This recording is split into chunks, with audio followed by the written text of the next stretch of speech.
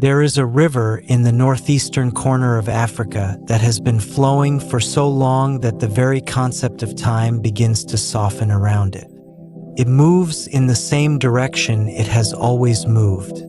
North, always north, past reed beds and stone cliffs and wide, slow plains of silt and sand, past places where cities once hummed with the voices of 1,000,000 people, and now only the wind moves through the remnants of walls.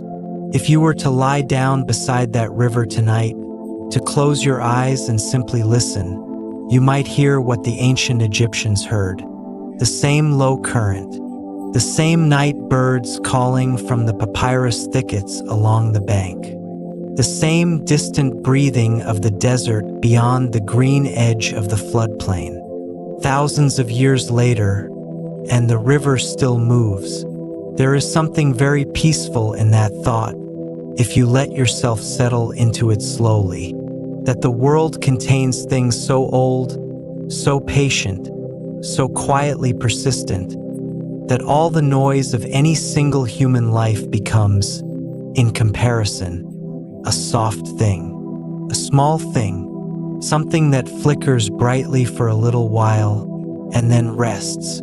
Tonight, we are going to drift through the world of ancient Egypt together, not through battles or dynasties or the dramatic rise and fall of empires, though those things are real and they carry their own weight.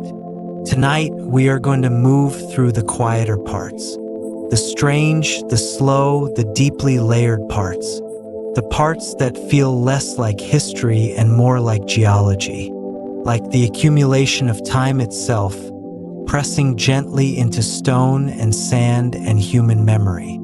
We are going to look at what the Egyptians knew and what they believed and how they organized their world. And we are going to do it the way you might look at something very old and very still, with patience, with softness, without urgency. So let your body settle into where you are. Let the weight of the day begin to dissolve at the edges. Let your breathing slow to the pace of a wide, unhurried river, moving through a landscape that has not changed in thousands of years. There is nowhere to go tonight. There is only here and the distant, dusty, remarkable world of ancient Egypt, waiting to unfold at whatever pace the night requires. Let us begin, as the Egyptians themselves might have begun any important journey, with the river. The Nile is the reason ancient Egypt existed at all. Without it, the land would have been nothing but desert, the same wide, pale, almost featureless expanse of sand and rock that stretches away from its banks in both directions. The Egyptians called this desert the Deshret, which meant the Red Land. They called the narrow green corridor along the Nile the Kemet, which meant the Black Land, named for the dark, rich soil that the river deposited when it flooded each year. And it did flood every year, with remarkable, almost improbable regularity. Every summer, far to the south in the highlands of what is now Ethiopia, the rains would fall in tremendous quantities onto the mountains. The water would drain into tributaries, and those tributaries would swell the Blue Nile, and the surge would travel north through Sudan and into Egypt, arriving with gentle but unstoppable force sometime around mid-July. The Egyptians called this flooding the Ake, the season of inundation. It was not a disaster, it was a gift. The floodwaters would spread across the fields on either side of the river, carrying with them the fine black silt scraped from the Ethiopian highlands thousands of miles to the south. This silt was extraordinarily fertile. It was, in a sense, the highlands of Africa arriving at the doorstep of Egypt each year, offering themselves up as soil. When the waters receded, sometime around October, they left behind a layer of this dark, rich earth, ready for planting. The Egyptians did not have to do much to prepare their fields. The river prepared them, year after year, generation after generation, for millennia before the first pyramid was built, and for millennia after the last one was completed. The Nile came and receded and left its gift behind. It is one of the most stable agricultural systems the ancient world ever produced. Imagine what that kind of reliability does to a civilization. When your food supply depends not on unpredictable rainfall, not on the outcomes of hunts, not on the whims of a variable climate, but on a river that arrives, as if by appointment, every single year without fail, you develop a particular relationship with the world. You develop patience. You develop a long view of things. You develop the ability to plan across decades and centuries, because the future feels like something you can trust. The Egyptians built monuments that were meant to last forever, and they did largely last forever or something close to it. That faith in permanence, that orientation toward eternity, might have grown in part from the annual certainty of the flood. The river was always coming back. The crops were always coming back. The sun, which they also revered deeply, was always coming back. The world was cyclical, reliable, enduring, and so, perhaps, was everything else. The Egyptians divided their year into 3 seasons, each defined by the river. There was the Ake, as we have said, the season of flooding, roughly from July to October. Then the Parate, the season of growing, when the floodwaters had receded and the fields were soft and dark and planted, stretching roughly from November to February. And finally the Shimu, the season of harvest and heat, from around March to June, when the land grew dry again and the crops were brought in, and the Nile retreated to its narrow self and the desert pressed close. 3 seasons, for months each, 12 months in total. The Egyptian calendar was one of the first proper solar calendars in human history. It contained 365 days, 12 months of 30 days each, with 5 extra days added at the end of the year. These 5 extra days were considered to belong to the birthdays of 5 major deities. Osiris, Horus the Elder, Set, Isis, and Nephthys were each said to have been born on one of these days, which fell outside the normal rhythm of the calendar, between the old year and the new. The Egyptians also noticed, with remarkable precision, that the solar year was actually slightly longer than 365 days, closer to 365 and a quarter. They observed that over long periods of time, their calendar would drift slightly out of alignment with the seasons. But they did not add leap years to correct this, as the Romans later would. Instead, they simply allowed the drift to happen, knowing it would complete a full cycle and return to alignment after approximately 1,460 years. 1,460 years. That is the kind of timescale on which the Egyptians were comfortable thinking. When you live beside a river that has been flowing for millions of years, perhaps the idea of a 1,400-year cycle does not seem particularly large. The Egyptians also divided their day. They divided the hours into 12 hours of light and 12 hours of darkness, making 24 in total, a system that came down to us more or less intact, and is still the one we use tonight. When you glance at a clock, you are looking at a technology with roots in ancient Egypt. But the Egyptian hours were not fixed in length. They were seasonal.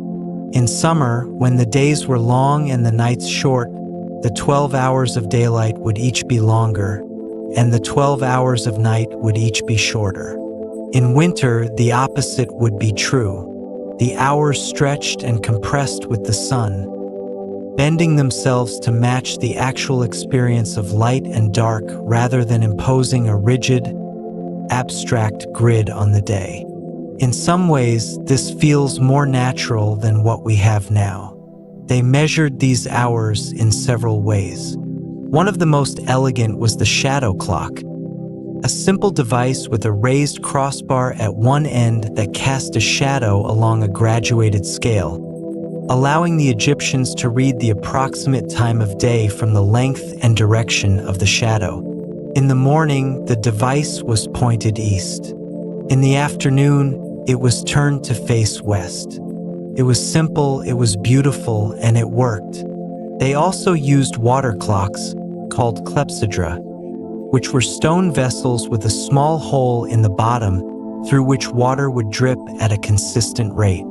The inside of the vessel was marked with graduated lines, and as the water level dropped, you could read the passing hours.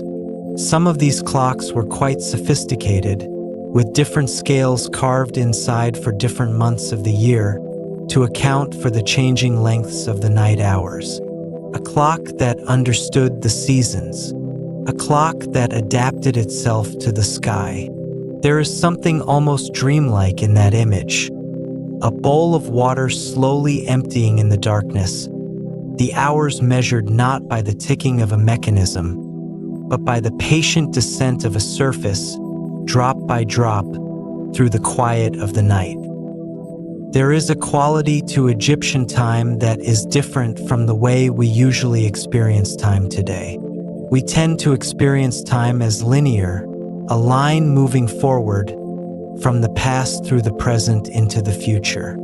Events happen once in sequence and are gone. History is a corridor we walk through in one direction only.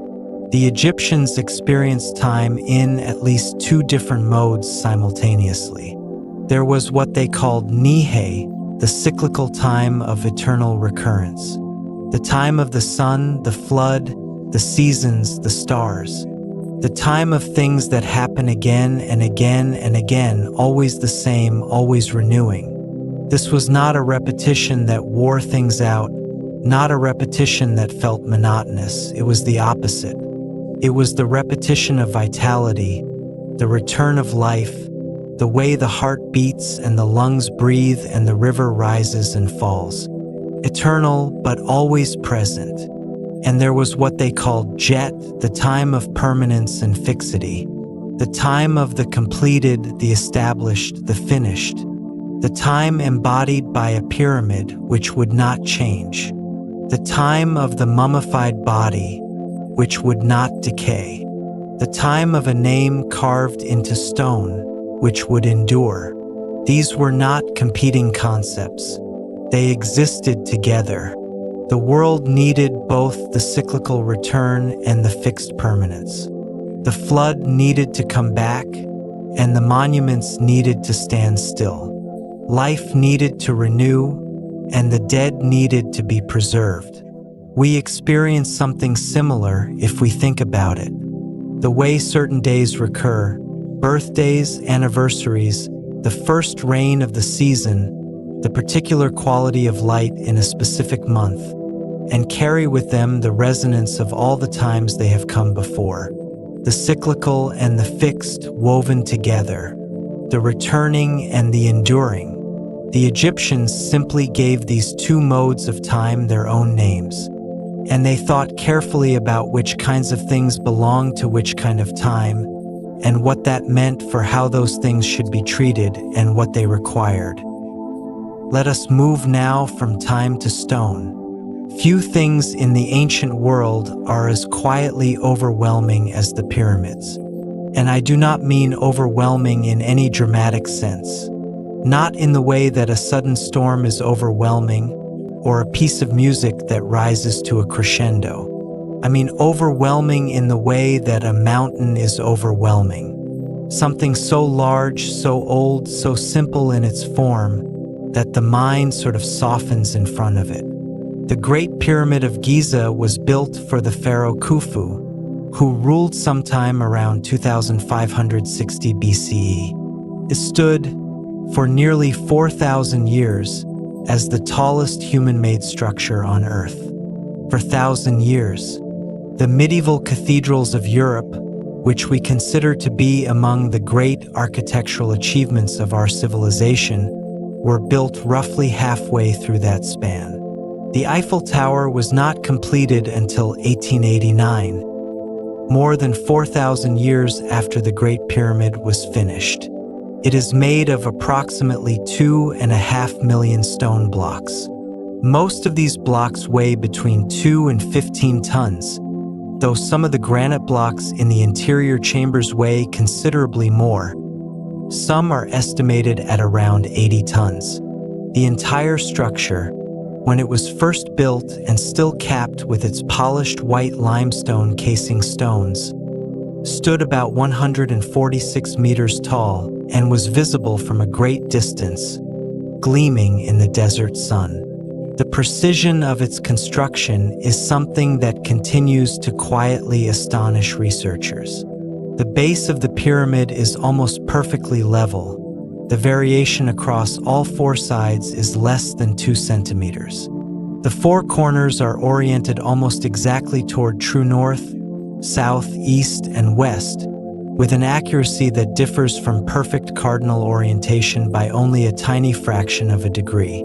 The two base diagonals differ in length by less than 8 centimeters out of a total length of about 230 meters.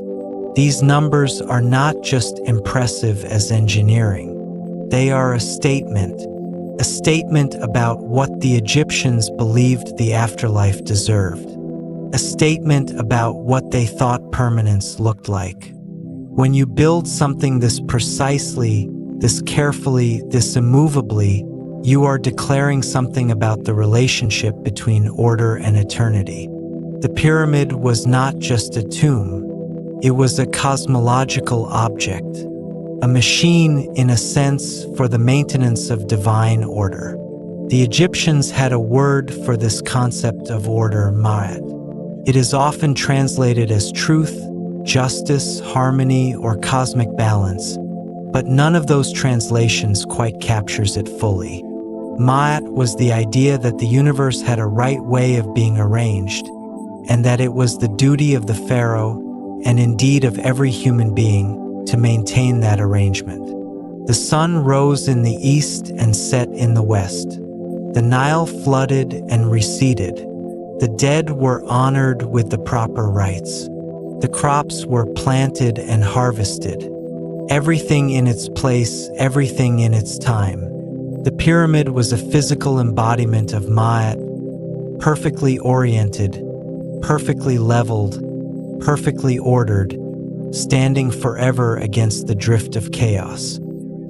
How the pyramids were built is a question that has occupied curious minds for a very long time. For much of modern history, the specifics were uncertain, but careful archaeological work over the past several decades has gradually assembled a picture that is both remarkably practical and deeply human. The workers who built the pyramids were not slaves. This is one of the most persistent and incorrect assumptions about ancient Egypt, and the archaeology has been quite clear on this point. Excavations at Giza have uncovered the remains of a workers' village and a cemetery, and the evidence found there tells a different story entirely. The workers were paid. They received wages in the form of food, bread, beer, and occasionally meat, which was a significant dietary luxury in the ancient world. They received medical care. Analysis of skeletal remains shows that some workers survived quite serious injuries, including amputated limbs, suggesting that the community maintained healers skilled enough to perform significant procedures and keep patients alive afterward.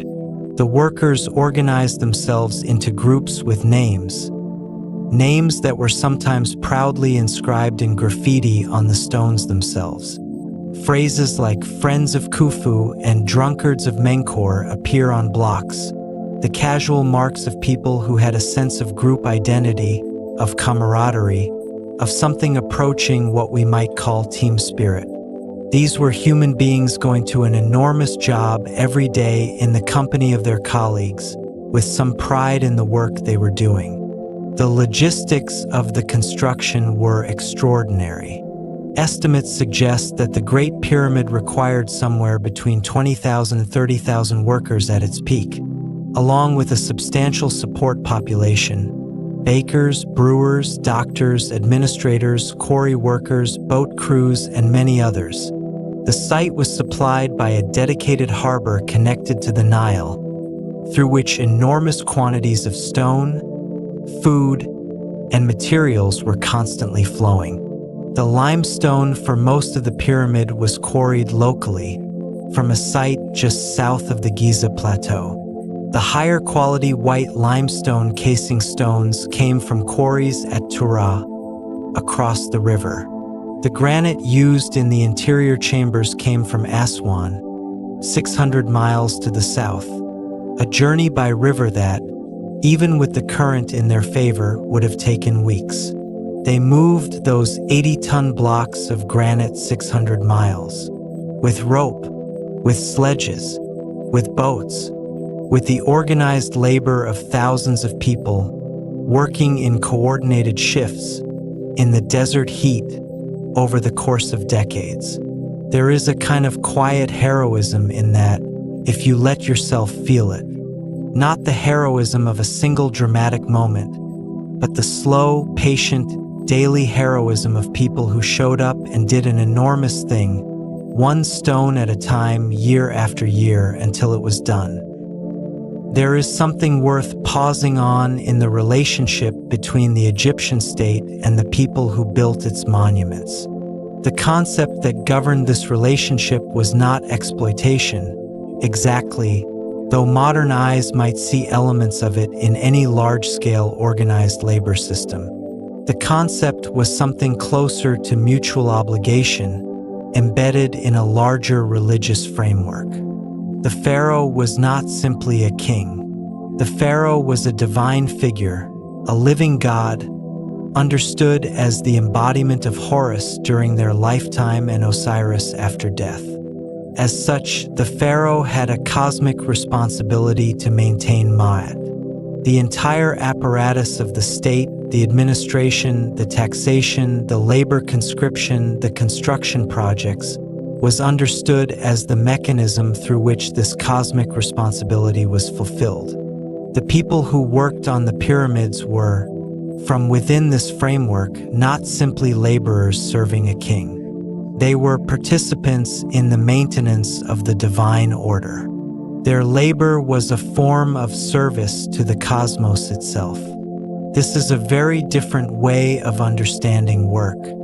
Not as the exchange of time for resources, not as servitude to a powerful individual, but as something woven into the larger fabric of how the world was kept in order. Whether this understanding made the work feel better or worse to the individual quarrying stone in the summer heat is not something we can know. But the framework shaped everything: what the workers were fed, how they were organized, what ceremonies accompanied the beginning and end of a project, what inscriptions were made, what records were kept. The pyramid was not just a structure. It was an act of collective cosmological maintenance. And the workers, in laying each stone, were participating in something that their culture told them was deeply important to the continued existence of everything. The pyramids of Giza are the most famous, but they are not the only pyramids in Egypt. Far from it. Egypt contains more than 130 known pyramids in total. They range across an enormous span of time, from the Step Pyramid of Djoser at Saqqara, built around 2650 BCE and considered the oldest large-scale stone structure in the world, to much later pyramids built by Nubian rulers to the south, some of which were constructed well into the Common Era. The Step Pyramid of Djoser was designed by an architect named Imhotep, one of the few ancient Egyptian non-royal individuals whose name has survived in the historical record with any clarity. He was an official, a physician, and an architect who served under the pharaoh Djoser during the Third Dynasty. The pyramid he designed was originally intended as a mastaba, a flat-topped rectangular tomb that was the standard burial structure of the time. But Imhotep expanded the design repeatedly, stacking one mastaba on top of another, each one slightly smaller than the one below, until the structure rose in 6 great steps to a height of about 62 meters. It was, in its time, something that had never been built before. Imhotep was later deified. Centuries after his death, he was worshipped as a god of medicine and wisdom, one of the very few non-royal ancient Egyptians to receive this honor. The Greeks, when they encountered his cult, associated him with their own god of medicine, Asclepius. A man who designed a tomb became, over time, the patron of healing. There is something gently interesting in that. The person who thought most deeply about death was also remembered as someone who understood how to sustain life. Let us move from the monuments to the people who lived in their shadow. The daily life of an ordinary ancient Egyptian was, in many ways, shaped by the same rhythms we have already been discussing. The river determined when you planted and when you harvested. The sun determined when you woke and when you slept. The religious calendar, with its dozens of festivals and observances, provided a framework of communal meaning that structured the year. Most Egyptians lived in villages along the Nile, in houses made of mud brick, a material that was plentiful, effective, and well-suited to the climate. Mud brick absorbs heat during the day and releases it slowly during the night, keeping the interior of a house cooler in the afternoon and warmer in the early hours. It was a practical technology, beautifully adapted to its environment. Houses were typically arranged around a central courtyard where animals were kept and cooking took place. The main living areas were inside, shaded from the sun. Roof terraces were used in the evenings, when the air cooled and the sky opened above the desert with a density of stars that is difficult to imagine from most modern cities. The Egyptian diet was largely based on bread and beer, both made from emmer wheat and barley, both considered staples so fundamental that they were used as wages, as offerings to the gods, and as provisions for the dead. Egyptian bread came in dozens of varieties, shaped into cones, spirals, rings, and flat discs. Some loaves were flavored with dates or honey or herbs. Beer was not quite what we think of today when we hear the word. It was thick, slightly sweet, nutritious, and only mildly alcoholic, more like a liquid bread than a social beverage in the modern sense. It was drunk by adults and children alike, by workers and nobles, by priests and farmers. It was as fundamental to the Egyptian diet as water, and in some respects more reliable, since the brewing process made it safer to drink than untreated river water. They also ate fish from the Nile, dried, salted, or fresh, along with lentils, onions, garlic, leeks, figs, grapes, pomegranates, and a variety of other vegetables and fruits. Meat was less common for ordinary Egyptians, but not absent. Poultry, pork, and occasionally beef appeared at feasts and special occasions. A well-documented papyrus from a workers' village near the Valley of the Kings, dating from around 1200 BCE, shows that workers received monthly rations of wheat, barley, and occasional supplements of fish, salt, and vegetables. The rations were carefully calculated and recorded. The administration of ancient Egypt was, among other things, an extraordinarily detailed bureaucratic enterprise. They kept records of everything. Writing is one of the great gifts that ancient Egypt gave to the world, though the line of transmission is indirect and complicated. The Egyptians developed hieroglyphic writing sometime around 3200 BCE, making it one of the oldest writing systems in the world. The word hieroglyphic comes from the Greek for sacred carved letters, and it was used for formal, monumental inscriptions carved into temple walls, pyramid passages, and steel. It is a writing system of remarkable visual elegance, combining logograms, symbols that represent whole words or concepts, phonetic signs, symbols that represent sounds, and determinatives, symbols that clarify the category of a word without contributing to its pronunciation. A single hieroglyphic inscription might contain all three types of sign, interwoven in a system that was considerably more complex than a simple alphabet, but also more visually expressive. The images of birds, eyes, hands, snakes, water, and geometric forms that cover the walls of Egyptian temples are not just decorative. They are sentences. They are prayers. They are records of history. They are, in many cases, statements of belief so precisely formulated that scholars are still working through their full implications. The Egyptians also developed a simplified, cursive form of writing called hieratic, which was used for everyday administrative and literary purposes, written with a brush on papyrus rather than carved into stone. Hieratic was to hieroglyphics something like what handwriting is to a printed typeface. The same underlying system, adapted for speed and practicality. Later still, an even more simplified script called demotic emerged, used for commercial and legal documents. All three systems existed simultaneously in later periods of Egyptian history, each reserved for particular purposes and contexts. The material on which the Egyptians wrote most frequently was papyrus, a writing material made from the pith of the papyrus plant, which grew abundantly in the marshy edges of the Nile Delta. The stems were cut into thin strips, laid in overlapping layers at right angles to one another, pressed and dried.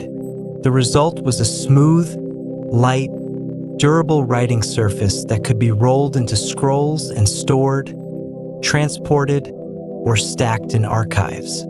Egypt's dry climate has preserved many of these documents for thousands of years. We have papyri containing medical texts, mathematical problems, love poems, administrative accounts, dream interpretation guides, legal contracts, and the remains of entire libraries.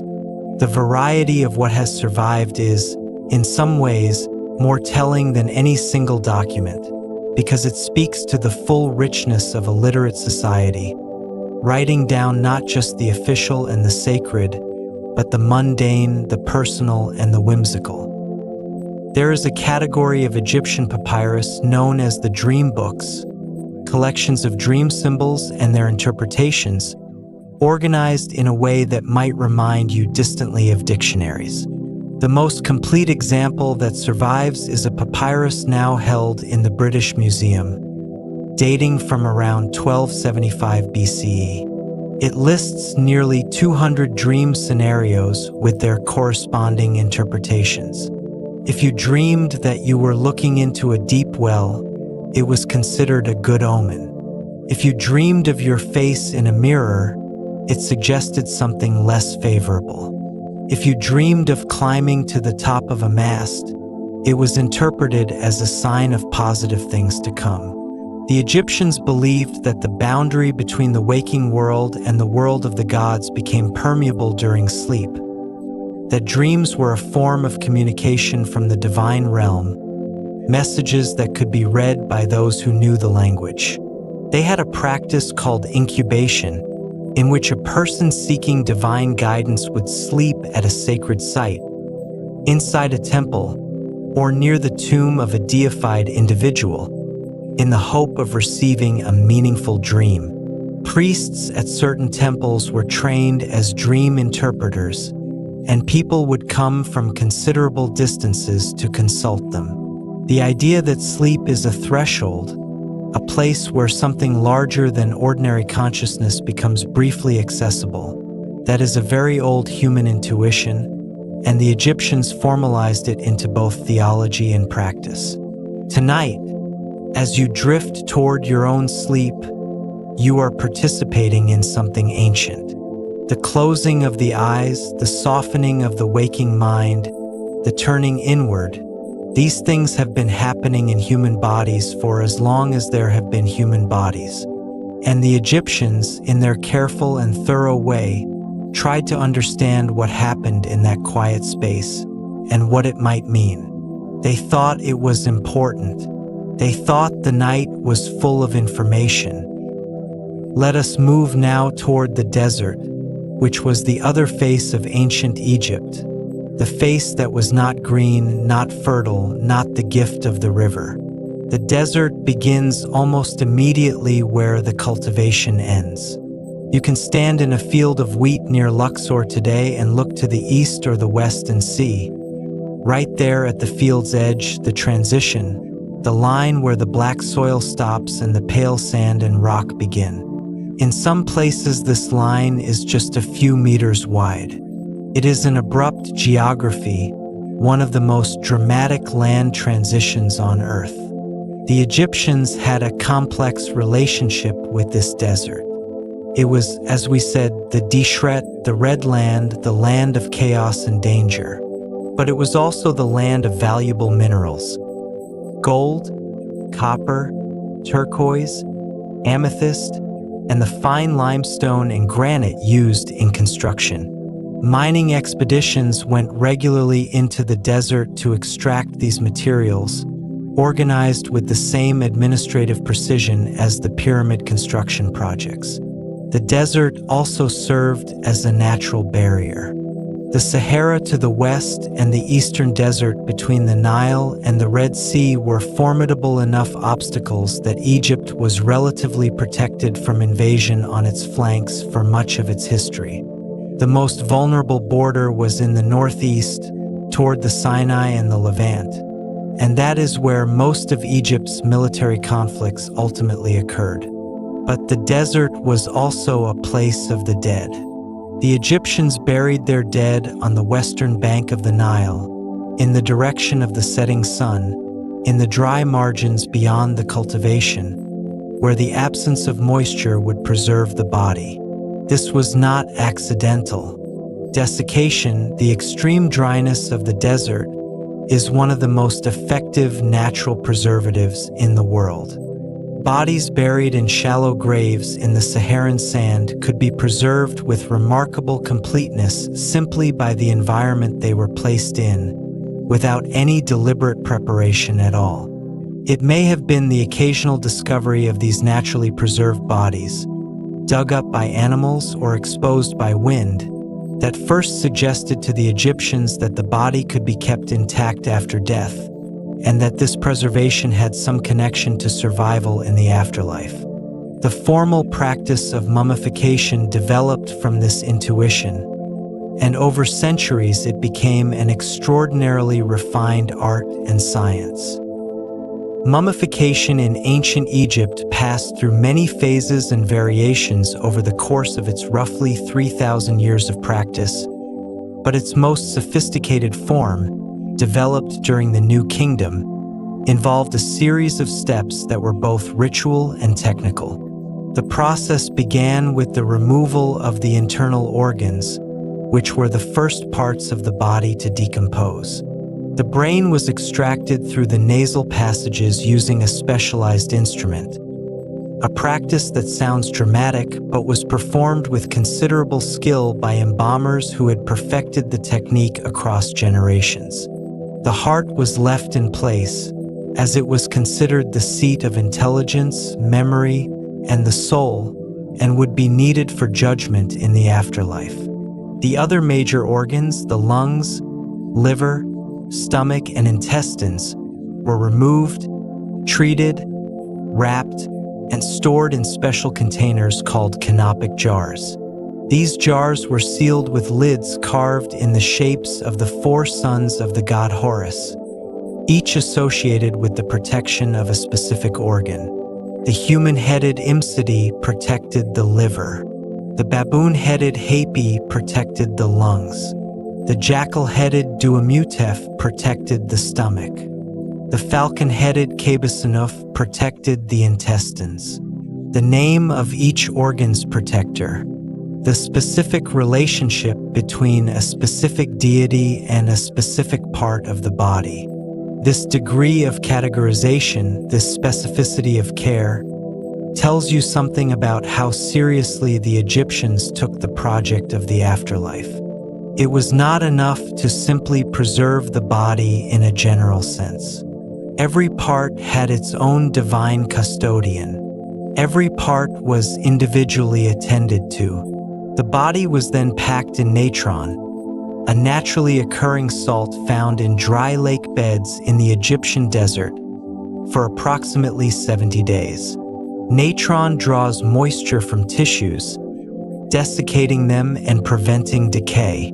After this period, the body was washed, anointed with oils and resins, and wrapped in hundreds of meters of linen bandages, with specific prayers and protective amulets placed between the layers at precise locations.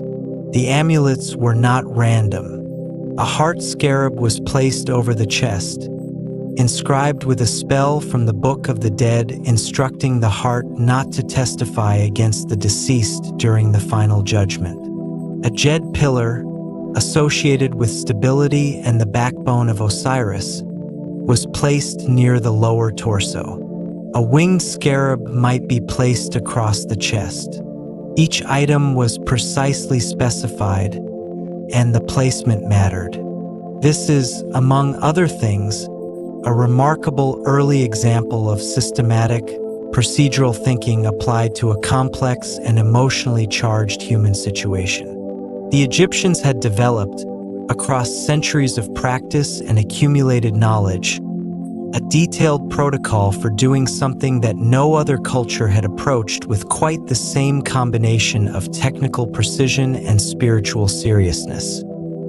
The afterlife that this elaborate preparation was intended to secure was not a vague or abstract place. The Egyptians had a very detailed geography of death. After the body died, the various non-physical components of the self embarked on a journey through a realm called the Duat, the underworld, the place of transformation that existed beneath the horizon in the direction of the setting sun. The deceased would pass through 12 regions of the Duat, corresponding to the 12 hours of the night. Each region had its name and its particular challenges. Gates guarded by serpents and monsters had to be navigated. Passwords and spells had to be spoken correctly. The Book of the Dead, more properly translated as the Book of Coming Forth by Day, was a collection of spells and instructions placed in the tomb to guide the deceased through these challenges, providing them with the knowledge they would need at each stage of the journey. The culmination of this journey was the Hall of Two Truths, where the deceased stood before Osiris and a tribunal of 42 divine assessors. The heart of the deceased was weighed on a scale against a feather, the feather of Ma'at, the feather of cosmic order. If the heart was lighter than or equal to the feather, if the person had lived a life in alignment with truth and justice, they passed into the paradise of the field of reeds. If the heart was heavier, burdened by wrongdoing, it was consumed by a creature called Amit, part lion, part hippopotamus, part crocodile, and the person ceased to exist. The field of reeds was not very different from Egypt itself. A beautiful, fertile, well-watered landscape where the deceased continued to live in a way that resembled earthly life, but purified and eternal. They would farm and feast and be with the people they had loved. It is a remarkably humane vision of the afterlife. Not transcendence, not dissolution, not an abstract spiritual state, but a continuation of the things that made life worth living. Good food, good land, good company. The small figurines called shaptis, placed in the tomb in large numbers, were meant to serve as stand-ins for the deceased if they were called upon to do agricultural labor in the afterlife. These figurines, inscribed with a specific spell, would animate and perform the work on the deceased's behalf.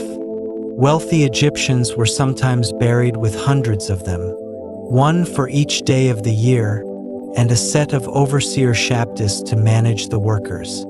Even in eternity, the Egyptians thought someone had to do the farming. And even in eternity, a well-organized person would make sure they had good management. There is a quality to Egyptian religion that feels, from this distance, simultaneously very foreign and very familiar. The gods were many, and their relationships with each other were complex and sometimes apparently contradictory, which troubled early Western scholars, who were used to a more rigid theological consistency. But the Egyptians seem to have approached this multiplicity not as confusion, but as richness. The same concept could be expressed through many different divine figures simultaneously, each offering a slightly different facet of the same underlying truth. The sun, for instance, was associated with several different deities depending on where it was in the sky and what phase of its journey it was in. Re was the sun at its height, blazing and powerful. Khepri, the scarab beetle god, was the sun at dawn. The sun as a thing that pushes itself over the horizon through its own effort, just as the dung beetle pushes its ball of dung across the ground. Adam was the sun at dusk, elderly and weary, descending toward the western horizon. The same star, three divine expressions, different truths for different moments.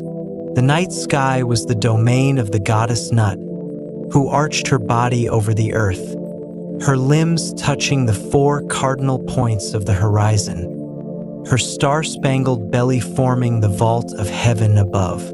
Each evening, she swallowed the sun as it set in the west.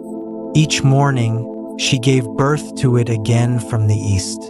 The stars were said to pass through her body during the night, and the Milky Way was associated with her form. Imagine lying on your back in the desert at night, looking up at the Milky Way arching from horizon to horizon overhead, and understanding it as the body of a goddess. Understanding the stars as living things within her, moving through her. There is something deeply beautiful in that way of seeing the universe not as an abstraction, not as a mechanism, but as a being immense, female, arching overhead in the dark. The Egyptians were careful observers of the night sky. They identified a set of 36 constellations that they called the Decans, star groups that rose on the eastern horizon just before dawn, each one visible for about 10 days before the next one took its place. The sequence of decans allowed the Egyptians to divide the night into intervals of time, functioning as a star clock. You could determine the time of night by noting which decan was rising at that moment. The star Sopdet, the brightest star in the sky, known to us as Sirius, held a special place in Egyptian astronomy and religion.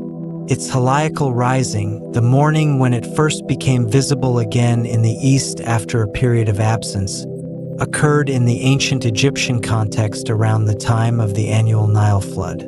This appearance of Sirius just before dawn, after roughly 70 days of invisibility, was understood as a herald of the coming inundation, a signal that the gifts of the river were on their way. The goddess Sopdet became associated with Isis, and her star became a marker of the new year, the flood, and the renewal of life.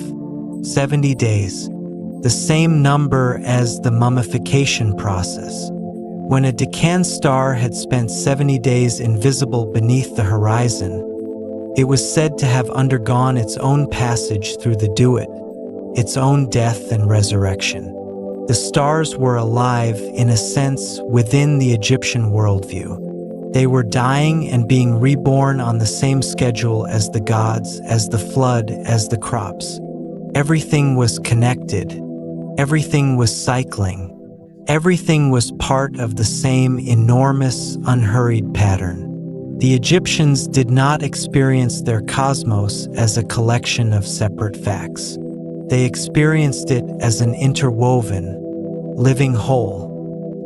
Let us think now about something that rarely appears in the dramatic retellings of ancient Egypt, but that is in some ways one of the most quietly impressive aspects of their civilization: their medicine.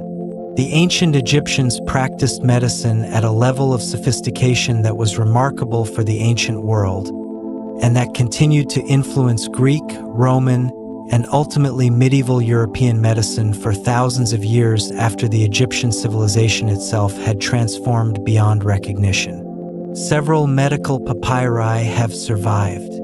Among the most important is the Edwin Smith Papyrus, dating from around 1600 BCE but believed to be a copy of a text from several centuries earlier.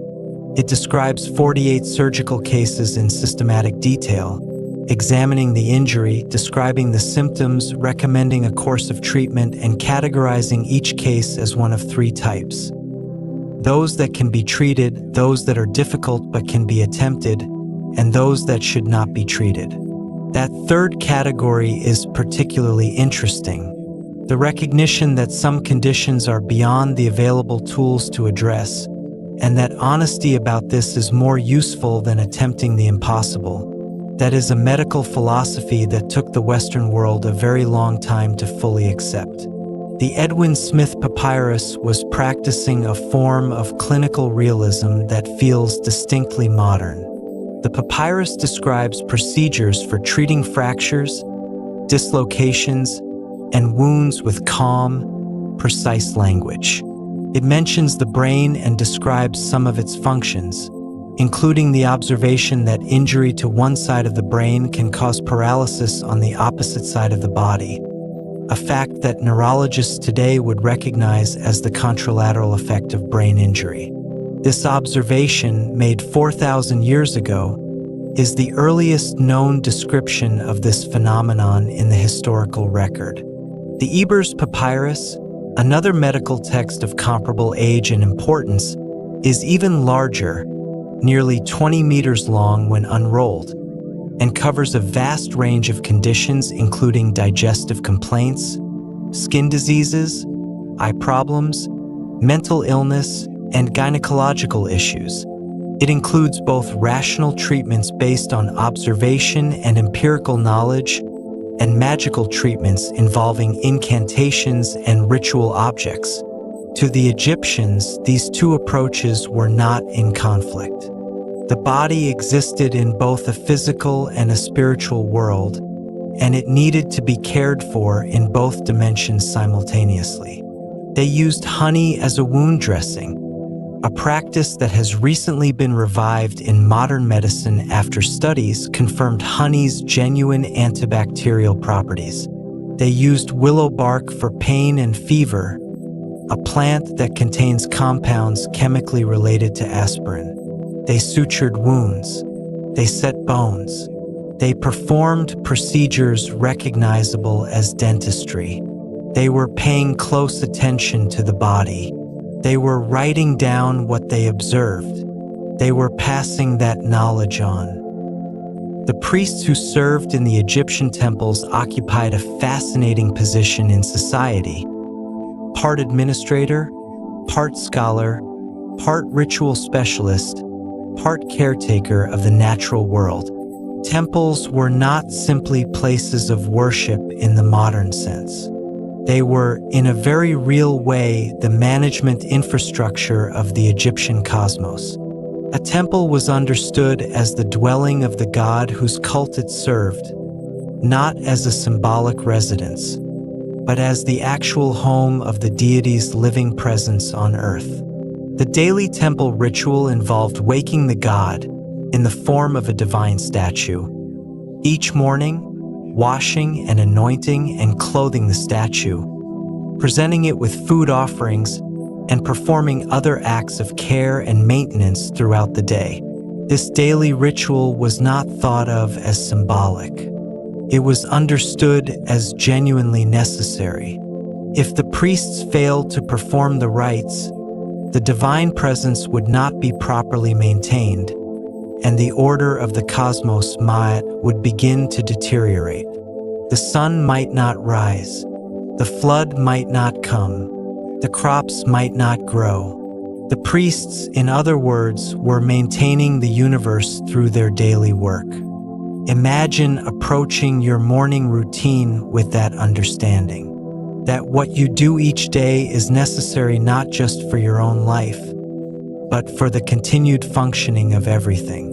The priests underwent extensive purification rituals before entering the sanctuary, shaving their entire bodies, including eyebrows, bathing multiple times a day, wearing only white linen garments, abstaining from certain foods. These requirements were understood as necessary preparation for approaching the sacred space. The temples themselves were cosmological models. The great hypostyle halls with their forest of massive columns were understood as the primordial marsh at the moment of creation. The lotus flowers that decorated the column capitals were, in miniature, the original lotus from which the sun god rose at the beginning of time. Walking deeper into the temple toward the inner sanctuary was walking back toward the moment of creation itself. The architecture was a meditation on origins. Let us drift now toward some of the animals that inhabited the Egyptian world, because the Egyptians had a relationship with the animal kingdom that was unlike almost anything in the ancient world. Certain animals were understood as expressions of divine qualities, not as simple symbols, but as actual embodiments to varying degrees of divine presence. The behavior and appearance of animals were read as manifestations of the divine nature they represented. The cat was sacred to Batet, a goddess of protection, home, fertility, and the gentler aspects of the sun's warmth. Batet was depicted as a cat or as a woman with a cat's head, holding a sistrum, a musical rattle, and surrounded by smaller cats and kittens. Her main cult center at Bubastis in the Nile Delta was described by the Greek historian Herodotus as one of the most celebrated temples in all of Egypt, and her festival as one of the most enthusiastically attended. Cats were kept in Egyptian homes and were deeply integrated into domestic life. When a household cat died, the family would shave their eyebrows as a sign of mourning. Archaeological excavations have uncovered pet cemeteries containing cats buried with offerings of food and even small bronze statuettes. Millions of cats, and this is a real number, not an exaggeration, were mummified as votive offerings to Batet. Dedicated cat cemeteries have been found near her temples, containing layer upon layer of cat mummies wrapped in linen and placed in small bronze or wooden coffins. The scale of this practice speaks to the depth and breadth of her cult, which was one of the most popular in the later periods of Egyptian history. The ibis was sacred to Thoth, the god of writing, wisdom, magic, and the moon. Thoth was the divine scribe, the keeper of records, the inventor of language. He was depicted as a man with the head of an ibis, that long-billed wading bird that would have been a common sight along the Nile, probing in the shallows for fish and invertebrates. At the sacred site of Hermopolis, archaeologists have found the mummified remains of millions of ibises, buried in underground galleries that extend for enormous distances beneath the desert floor. The number of animals involved in this practice of votive mummification across all the sacred animal cults of Egypt runs into the tens of millions. It was one of the largest organized animal industries in the ancient world. The crocodile was sacred to Sobuk, the god of the Nile, of fertility, of military power. In some areas of Egypt, particularly around the Fayum oasis, crocodiles were kept in temple pools, adorned with golden jewelry and fed delicacies by priests. When they died, they were mummified. The sacred Apis bull, kept at Memphis, was perhaps the most individually important of the sacred animals. Only one Apis bull existed at a time, selected from the herd by specific markings that were believed to indicate divine election. The chosen bull lived in the temple precinct of Ptah at Memphis, attended by priests and revered by visitors. When it died, it was mummified with elaborate ceremony and buried in the Serapeum, a vast underground catacomb at Saqqara, where more than 60 enormous stone sarcophagi, each weighing some 80 tons, have been found, each containing the remains of a single Apis bull. 80-ton stone boxes for a succession of bulls, extending back into the most remote reaches of Egyptian history. The care and precision lavished on these animals is a window into something very particular about the Egyptian imagination. The world was alive with divine presence. It was not confined to the temples or the scriptures or the ritual spaces. It was moving in the marshes and soaring above the river and resting in the shade of the papyrus plants. The divine was everywhere you looked if you knew how to look. The Nile itself was home to a remarkable abundance of life, much of which played a role in the Egyptian world beyond the simply practical. The hippopotamus was a creature of dual significance. Tauret, a goddess of childbirth and protection, was depicted as a female hippopotamus standing upright, with pendulous breasts and a heavily pregnant belly, wearing the headdress of the goddess Hathor. She was a household goddess, protective, maternal, slightly fierce, whose small amulets and figurines were found in homes throughout Egypt, particularly in contexts related to pregnancy and childbirth. At the same time, the male hippopotamus was associated with Seth, the god of chaos, storms, and disorder. Hippos in the Nile represented an uncontrolled natural force. They were genuinely dangerous to fishing boats and to the fields along the river's edge. The ritual hunting of the hippopotamus, depicted in many tomb paintings, was a symbolic act of the pharaoh defeating chaos and maintaining Marat. The lotus flower, the blue or white water lily that bloomed on the surface of the Nile, was associated with creation, rebirth, and the sun.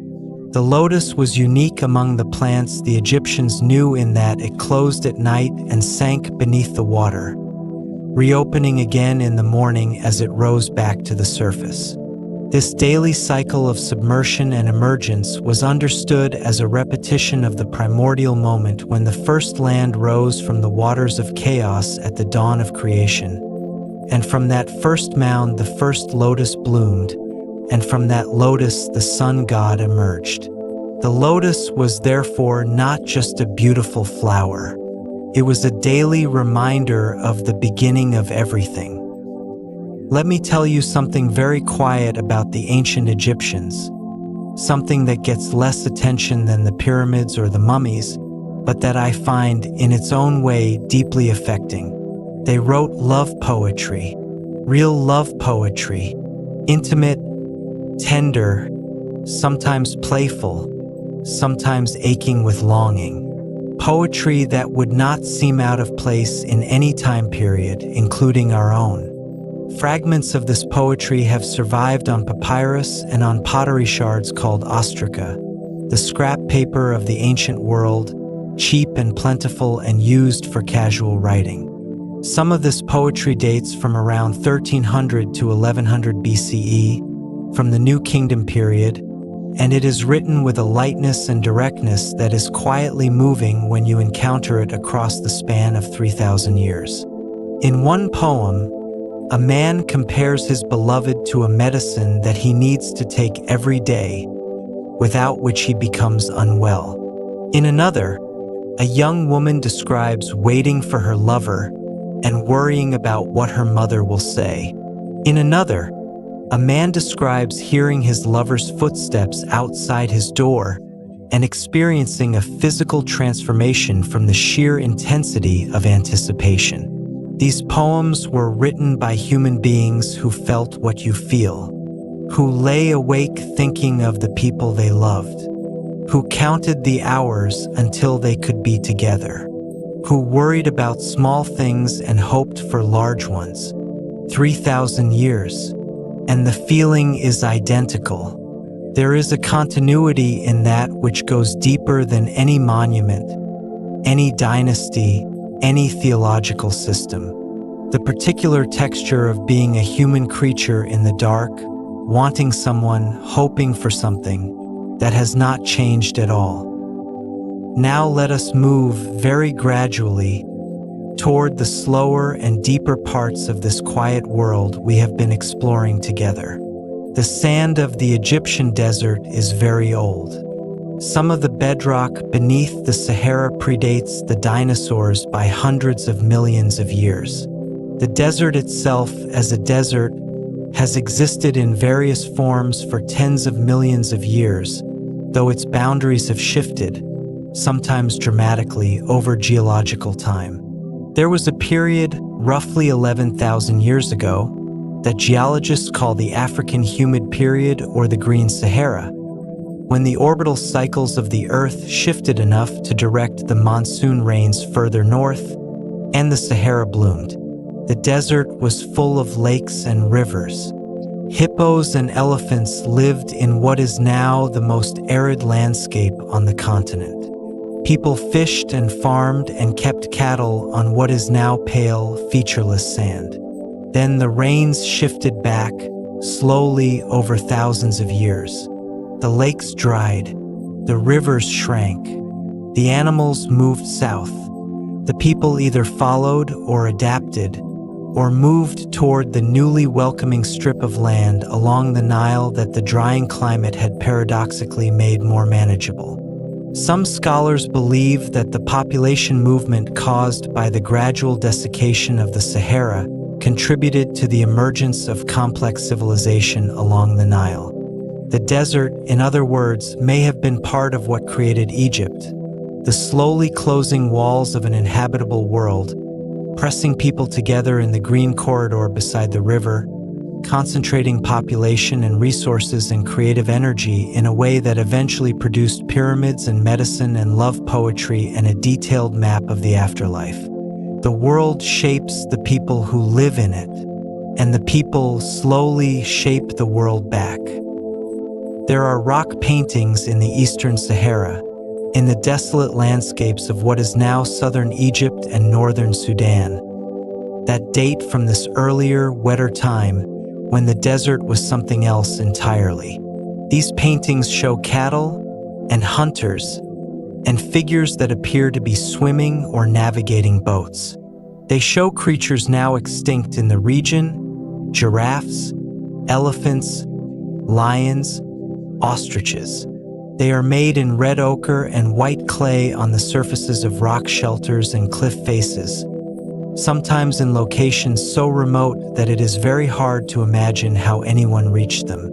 They are among the earliest evidence we have of human beings wanting to mark their presence, wanting to leave something behind, wanting to say, "We were here, we saw this, we thought this was worth recording."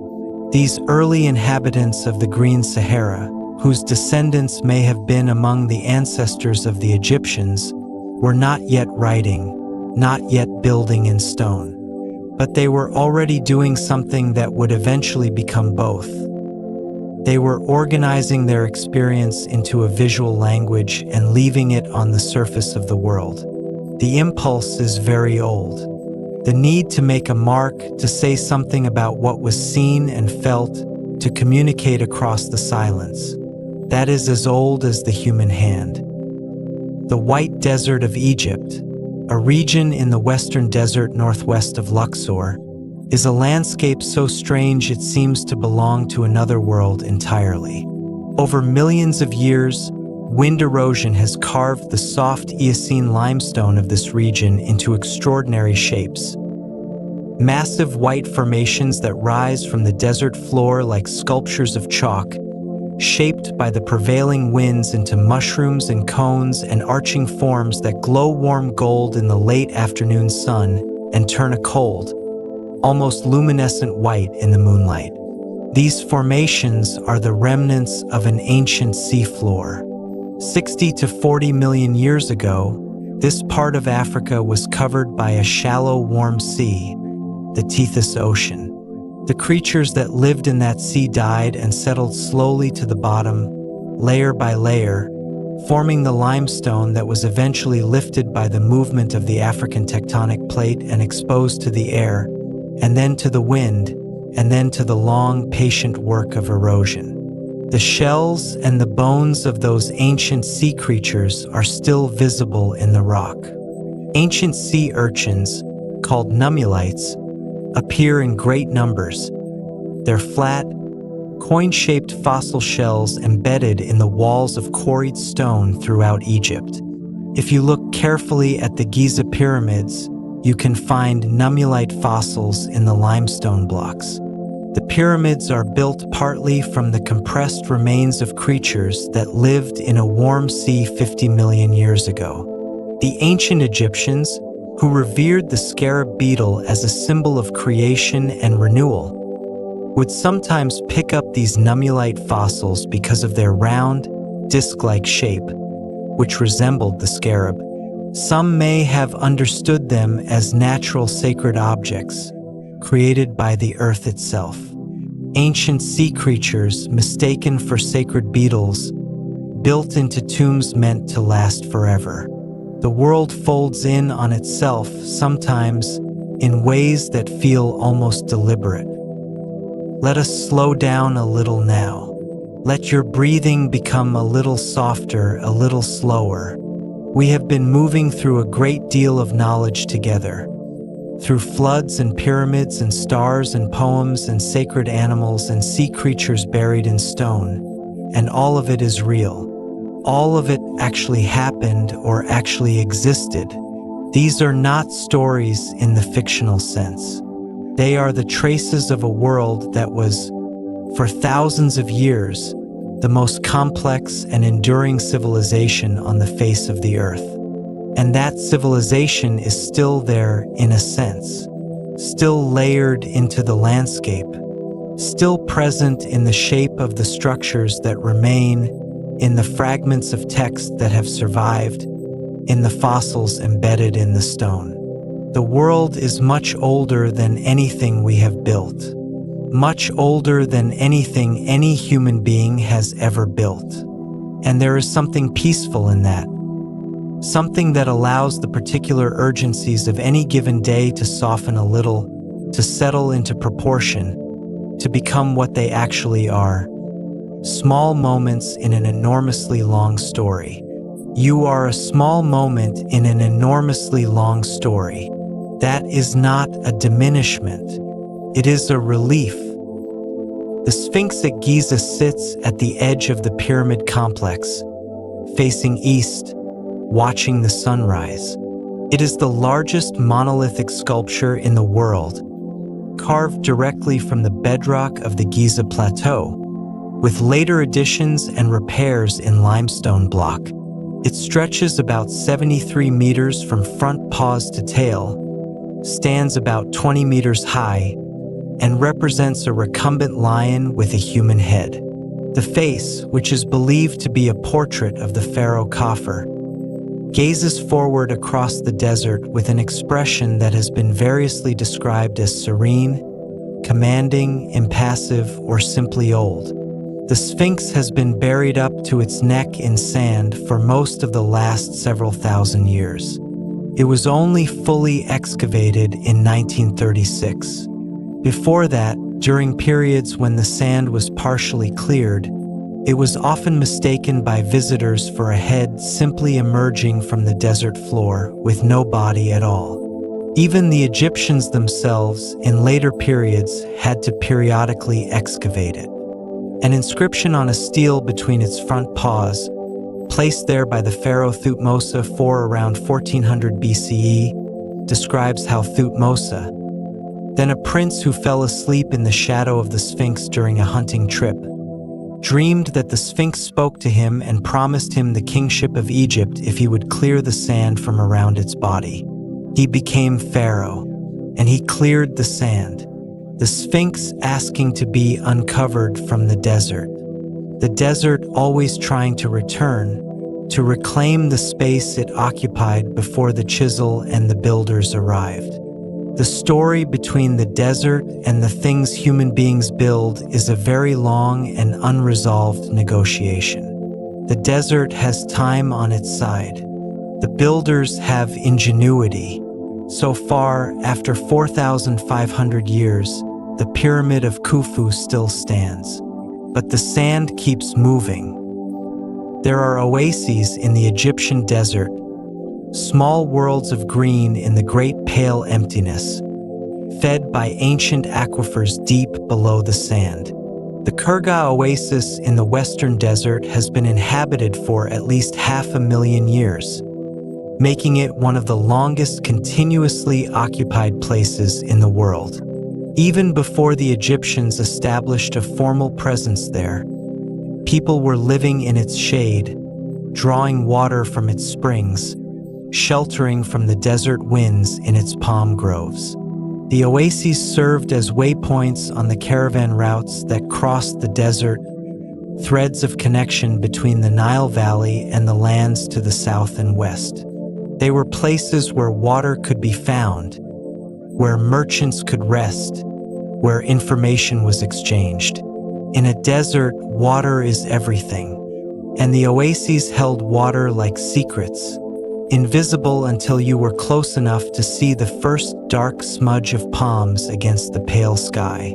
Some of the ancient wells in these oases were dug to extraordinary depths. Engineers discovered that there were artesian aquifers, underground water tables under pressure, that could be tapped by drilling into the rock at the right place. When the drill reached the water table, the pressure would push the water up on its own, creating a spring that required no pumping, no bucket, no effort beyond the initial discovery. Water rising from the depths of the earth by itself in the middle of the desert. The Egyptians experienced this as a form of miracle. And in the way that any profound, life-sustaining thing is a kind of miracle, it was. The Valley of the Kings lies on the western bank of the Nile, opposite Luxor, in a dry, hidden valley of pale limestone cliffs. It was used as a royal burial ground for roughly 500 years, from approximately 1539 to 1075 BCE, the New Kingdom period, when the pharaohs had moved their capital to Thebes and chose to be buried not in pyramids, which were obvious and easily robbed, but in deep shafts cut into the living rock of the cliff face, concealed and painted and sealed. More than 60 tombs have been identified in the valley. They vary enormously in size and complexity. Some are simple shafts with a single chamber at the bottom, others are long, elaborately decorated passages extending hundreds of meters into the rock, leading through multiple rooms and corridors to the burial chamber at the heart of the mountain. The walls of these tombs are covered with text and imagery from the books of the underworld, detailed maps of the night journey of the sun through the Duat, the 12 hours of darkness, the challenges and gates and divine presences that the deceased would encounter. These images are painted in vivid colors: deep blue, rich ochre, clean white, earthy red, that have survived in remarkable condition in the sealed, dry darkness of the tomb for 3,000 years. If you stand in the burial chamber of the tomb of Ramesses VI, for instance, and look up at the ceiling, You see the entire body of the goddess Nut arching overhead, studded with stars, her arms and legs touching the four corners of the room. The ceiling of the tomb is the sky. The burial chamber is the cosmos. Even in death, especially in death, the Egyptians were precisely oriented within the universe. They knew exactly where they were. Tutankhamun was a relatively minor pharaoh, a young man who ruled for perhaps 9 years and died at approximately 18 or 19 years of age, sometime around 1323 BCE. He is now the most famous pharaoh in history, almost entirely because his tomb, which was never substantially robbed, was found intact in 1922 by the archaeologist Howard Carter. The discovery of that tomb, its sealed chambers, its seemingly endless accumulation of objects, its nested shrines and golden coffins and flowers still visible after 3,000 years, was one of the most remarkable moments in the history of archaeology. Carter and his team spent 10 years cataloging the approximately 5,000 objects they found there. Among the objects was a small golden throne, decorated with a scene of the young king being anointed by his queen, the two of them leaning toward each other in an attitude of easy intimacy that is extraordinarily touching to see. There were military chariots and ritual beds and alabaster vessels and linen garments and a bouquet of dried flowers that had been placed on the outermost coffin case and were still recognizable as flowers 3,000 years after they were picked. Someone had cut those flowers. Someone had placed them there as a final gesture of farewell or honor. And then the tomb was sealed, and the gesture remained, perfectly preserved by the dry dark, waiting for someone to find it. 3,000 years, and still the flowers. Let us move now into something very slow, into the part of the night that feels less like learning and more like resting. You have taken in a great deal: the river and the seasons, the pyramids and the workers, the stars and the sleep, the sacred animals and the desert and the love poems and the flowers in the sealed tomb. All of that is settling now slowly into the background, into the deep, quiet layer where things are kept without effort. The Egyptian word for sleep was qed, and the world of dreams, the world they entered when they lay down and closed their eyes, was a world they took seriously, a world of connection, a world of information, a world that was not separate from the waking world, but continuous with it, flowing into it and out of it the way the Nile flowed through the landscape, sometimes visible and sometimes underground, but always moving. The Egyptians believed that the soul, or rather one of the several components they understood the self to contain, was free to move during sleep. This component, called the ba, was depicted as a human-headed bird, capable of flying. During sleep, the ba could travel, could visit other places. It could move through the Duat, the underworld, and return with knowledge. The ba was associated with the personality, the individual character of a person, the part that made you distinctively you rather than generically human.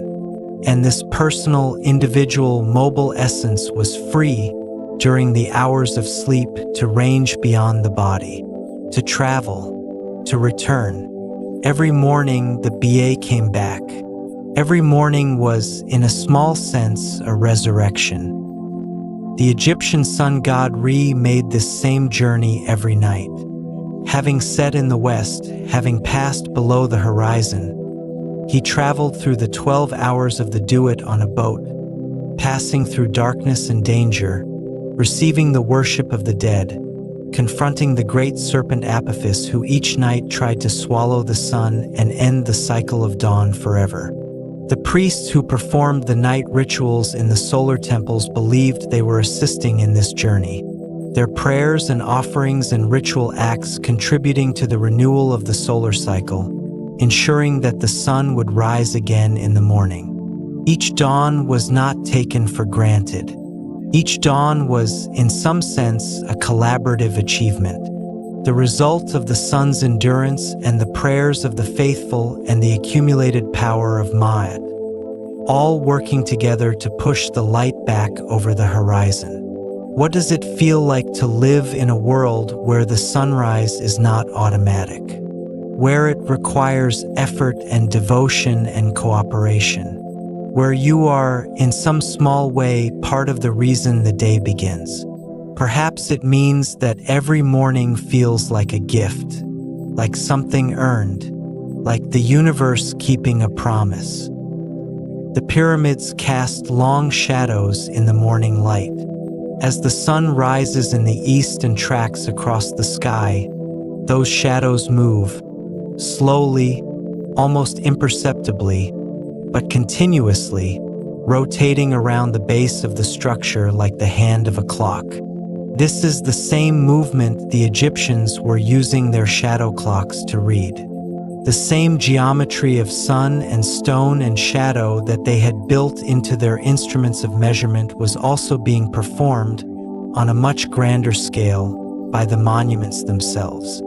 At the equinoxes, the 2 days of the year when day and night are of equal length, once in March and once in September, something interesting happens to the shadow of the Great Pyramid. The angle of the sun at these times is such that the shadow cast by the pyramid falls almost exactly in the direction of east-west, aligned with the cardinal directions, creating a moment of astronomical coincidence that the pyramid's precise orientation makes possible. Whether this was intentional, whether the Egyptians designed the pyramid to perform this particular shadow behavior at the equinoxes, is not certain. But given the precision with which they oriented the structure and the depth of their knowledge of the solar cycle, it seems at the very least plausible that they understood it would happen.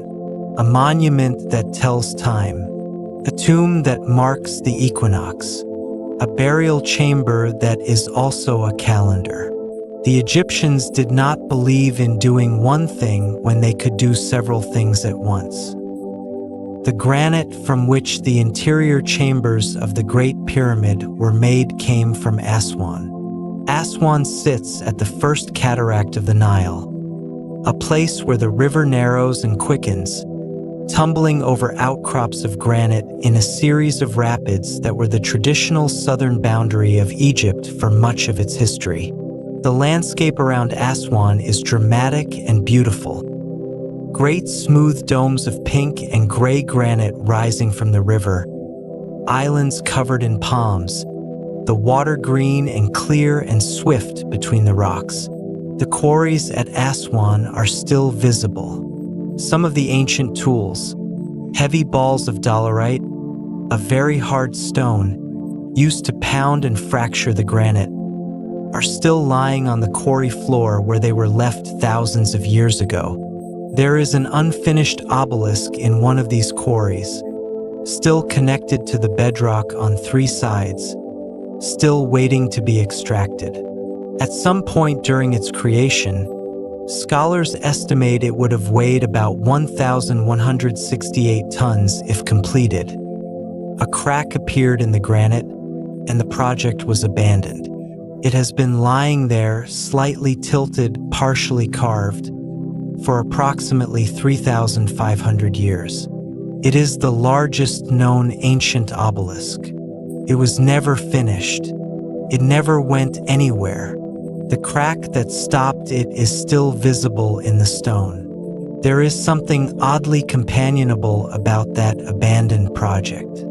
Something that acknowledges, in the plainest possible way, that even the most organized and ambitious civilization in the ancient world sometimes encountered a problem it could not solve, sometimes had to stop, sometimes had to leave something unfinished. The crack in the granite, the abandoned tool beside the half-carved stone, the obelisk that never stood. The world does not always cooperate. Even Egypt, even the Nile. As night deepens, the desert cools. One of the most striking features of the Sahara is how dramatically the temperature drops after sunset. In a landscape with so little humidity in the air, there is nothing to hold the heat that the sand and rock have absorbed during the day, and it radiates rapidly upward into the clear, dark sky. The same ground that burned through the soles of sandals at noon can feel cold to the touch by midnight. This rapid cooling creates its own sounds. The rocks contract slightly as they cool, and sometimes produce faint crackling or ticking sounds in the stillness.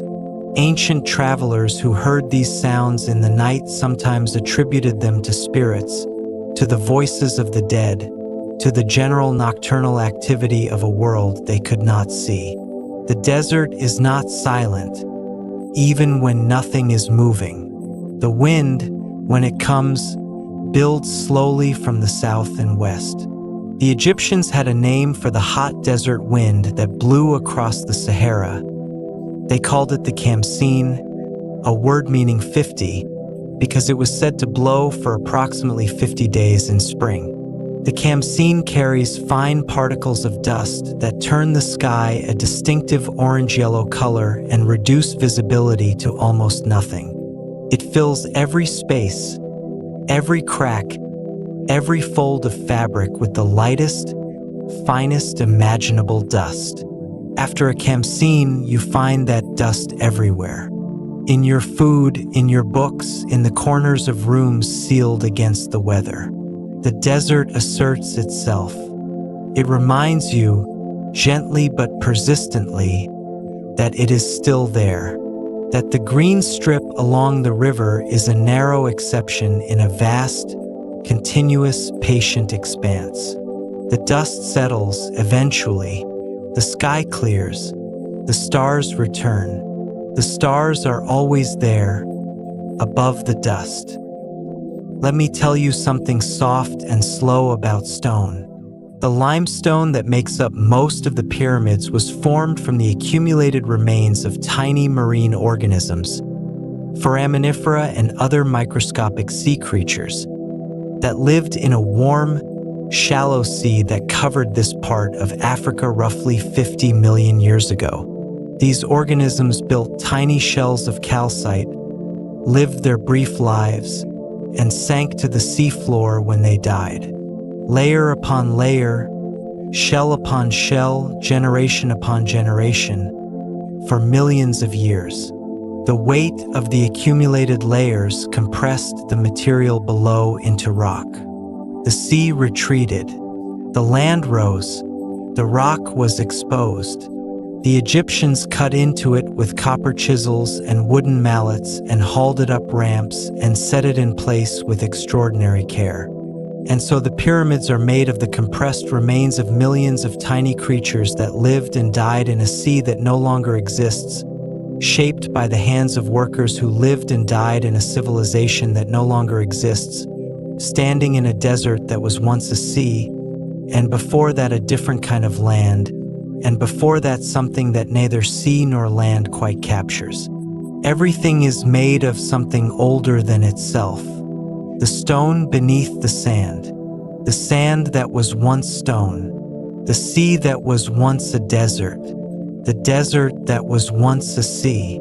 The world turns and keeps turning.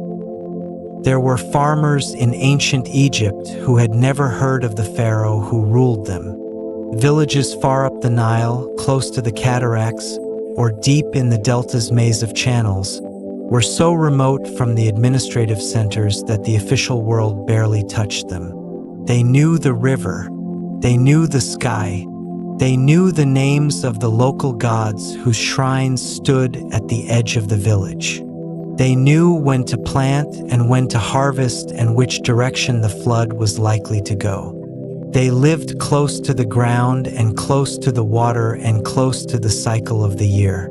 They did not have much in material terms, but what they had was reliable and what they knew was deep. Their children grew up knowing the names of the stars, knowing which wind brought rain and which brought dust, knowing how to read the color of the Nile water for signs of the flood. This was practical knowledge, survival knowledge, but it was also a kind of intimacy with the world that is very different from the way most people now inhabit the places they live in. To know the land you live on so well that you can read its signals in the same way you read the face of a person you have known for a long time. To understand the grammar of the river. To be literate in the language of the sky. That kind of knowledge lives very close to the body. It lives in the hands and the nose and the particular weight of the air at a certain season. It does not need to be written down because it is absorbed instead into the daily practice of being alive in a specific place. The farmers of ancient Egypt carried this knowledge in their bodies for 3,000 years.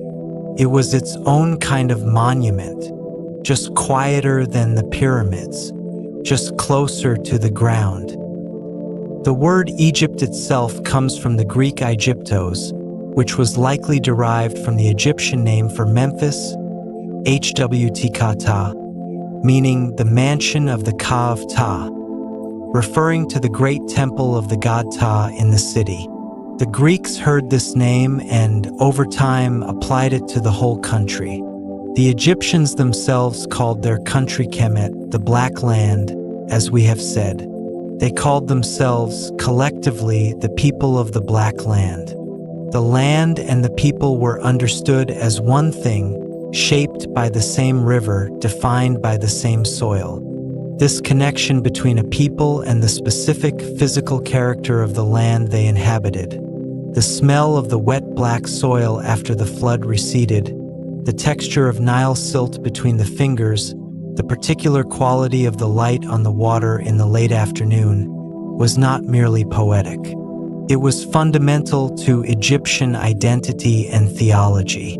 The land was sacred because the land was fed by the Nile, and the Nile was fed by the tears of Isis, the great goddess weeping for her murdered husband Osiris, whose tears caused the annual flood that gave Egypt its life. The fertility of the soil was the grief of a goddess, made visible. The crops were, in a sense, the body of the divine, grown from divine sorrow and divine generosity. To eat the bread made from the grain grown in that soil was to participate in something sacred. Everything was held within everything else.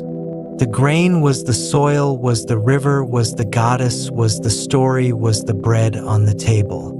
Nothing was simply itself. Everything was also something more. The hour is very late now, or very early, it depends on which side of the night you are on. The Egyptians believed that the hour just before dawn was the most dangerous time, the moment when the sun was at the deepest point of its journey through the underworld, confronting the serpent Apophis in the final chamber before the east. The world was at its most fragile just before the light returned. The silence was deepest. The cold was most complete. And then, slowly, the horizon would begin to pale. A dim grayness, then a deepening warmth, then the first thin line of color at the edge of the world. The priests who had been maintaining their vigil through the night hours would know, from the position of the Decans, those star groups moving steadily across the sky, that the sun was near, that the journey through darkness was almost complete, and the great golden disk would push above the horizon, and the light would spread across the desert, and the shadow of every object would reach long and cool behind it, pointing west, toward the world of the dead, while the object itself stood bright in the new morning. Every sunrise was a resurrection. Every morning was the proof that the night had been survived. The Egyptians greeted the dawn with hymns, with offerings, with the opening of the temple doors and the presentation of the first meal to the divine statue, which had also been through its own form of the night journey, sealed in the dark sanctuary. Good morning, you survived. the world continues, that, stripped of its theology, is the essential message of an Egyptian sunrise hymn. You made it through the dark. The light is here. The cycle holds. Ancient Egypt lasted, in various recognizable forms, for approximately 3,000 years, from the unification of Upper and Lower Egypt under the first pharaoh around 3100 BCE to the end of the Ptolemaic period and the death of Cleopatra in 30 BCE. 3,000 years of continuous civilization, with its own language, its own writing, its own religion, its own art, its own system of government. To give you some sense of what that span of time means, the period between us and the height of the Roman Empire is about 2,000 years. The period between the building of the Great Pyramid and the death of Cleopatra was longer than that. When Cleopatra was alive, the last ruler of the last dynasty of ancient Egypt, the Great Pyramid was already more than 2,500 years old. She was closer in time to us than she was to Khufu. The duration of ancient Egypt as a coherent civilization is something that the mind does not easily hold. It is long in the way that geological time is long, a span that resists being felt, that can only be represented in numbers and then left to dissolve slowly into a kind of quiet wonder. And yet, throughout that span, the essential elements remained. The Nile, the flood, the pyramids older and older, visited by later generations of Egyptians the way we visit ancient sites today, with reverence and a certain awareness that what is being looked at is beyond the reach of any living memory. The hieroglyphs, the gods, the feather against the heart. Some things changed, of course. The language evolved over 3 millennia until the earliest forms were as opaque to later Egyptians as Old English is to us. Artistic styles shifted slowly through the periods. Political power was concentrated and dispersed and reconcentrated. Foreign powers invaded, ruled, and were absorbed. The Hyksos, the Kushites, the Assyrians, the Persians, the Macedonians all left their mark on the long story. But the fundamental orientation toward the river, the sun, the dead, the stars, the maintenance of order, persisted with a tenacity that is remarkable in the history of civilizations. The Egyptians were among the first people in history to develop a fully articulated concept of the individual conscience. This is a subtle thing, and it requires a little care to explain. In the scene of the final judgment, the weighing of the heart against the feather of Ma'at, there is something philosophically significant happening that goes beyond the simple idea of reward and punishment. The heart being weighed is not only being judged for acts committed in the world. It is being judged for its interior life, for the quality of its intentions, for whether it had genuinely aligned itself with truth and justice, or merely performed the outward forms of virtue. A specific spell in the Book of the Dead, placed with the heart scarab, asks the heart not to testify against the deceased. This implies that the heart knows. The heart carries the record of who you actually were, not who you appeared to be. No external judge is needed to examine the evidence of your life. Your own heart contains the complete and honest account. This is a profound idea. The locus of moral judgment is inside you. The record that matters is the one your own nature has been keeping quietly all along. The 42 negative confessions that the deceased would recite before the divine tribunal, a litany of wrongs they declared they had not committed, covered a remarkable range of behaviors. Murder, theft, lying, cruelty to animals, speaking harshly to servants, making the scales unbalanced in the marketplace, eavesdropping, stirring up strife, being angry without good cause. Being angry without good cause. This is in the list. This is among the things a righteous person declares they have refrained from, not just great crimes against other people, but the quality of their inner emotional life, the texture of their private reactions to the ordinary frustrations of existence. The Egyptians thought the quality of your anger mattered. They thought the fairness of your trade scales mattered. They thought how you treated your servants mattered. And they thought your heart had been paying attention to all of it all along, whether or not anyone else was watching. The Temple of Karnak at Luxor is the largest religious complex ever built. It covers an area of roughly 100 hectares, about 250 acres, and was constructed and added to by successive pharaohs over a period of approximately 2,000 years, from around 1550 BCE to about 30 CE. Each pharaoh who ruled added to the complex a new pylon gateway, a new hall, a new sanctuary, a new obelisk, a new row of sphinxes, layering their own contribution onto the accumulated devotion of their predecessors. The result is an architectural palimpsest, a structure that records the entire span of the New Kingdom and beyond in stone.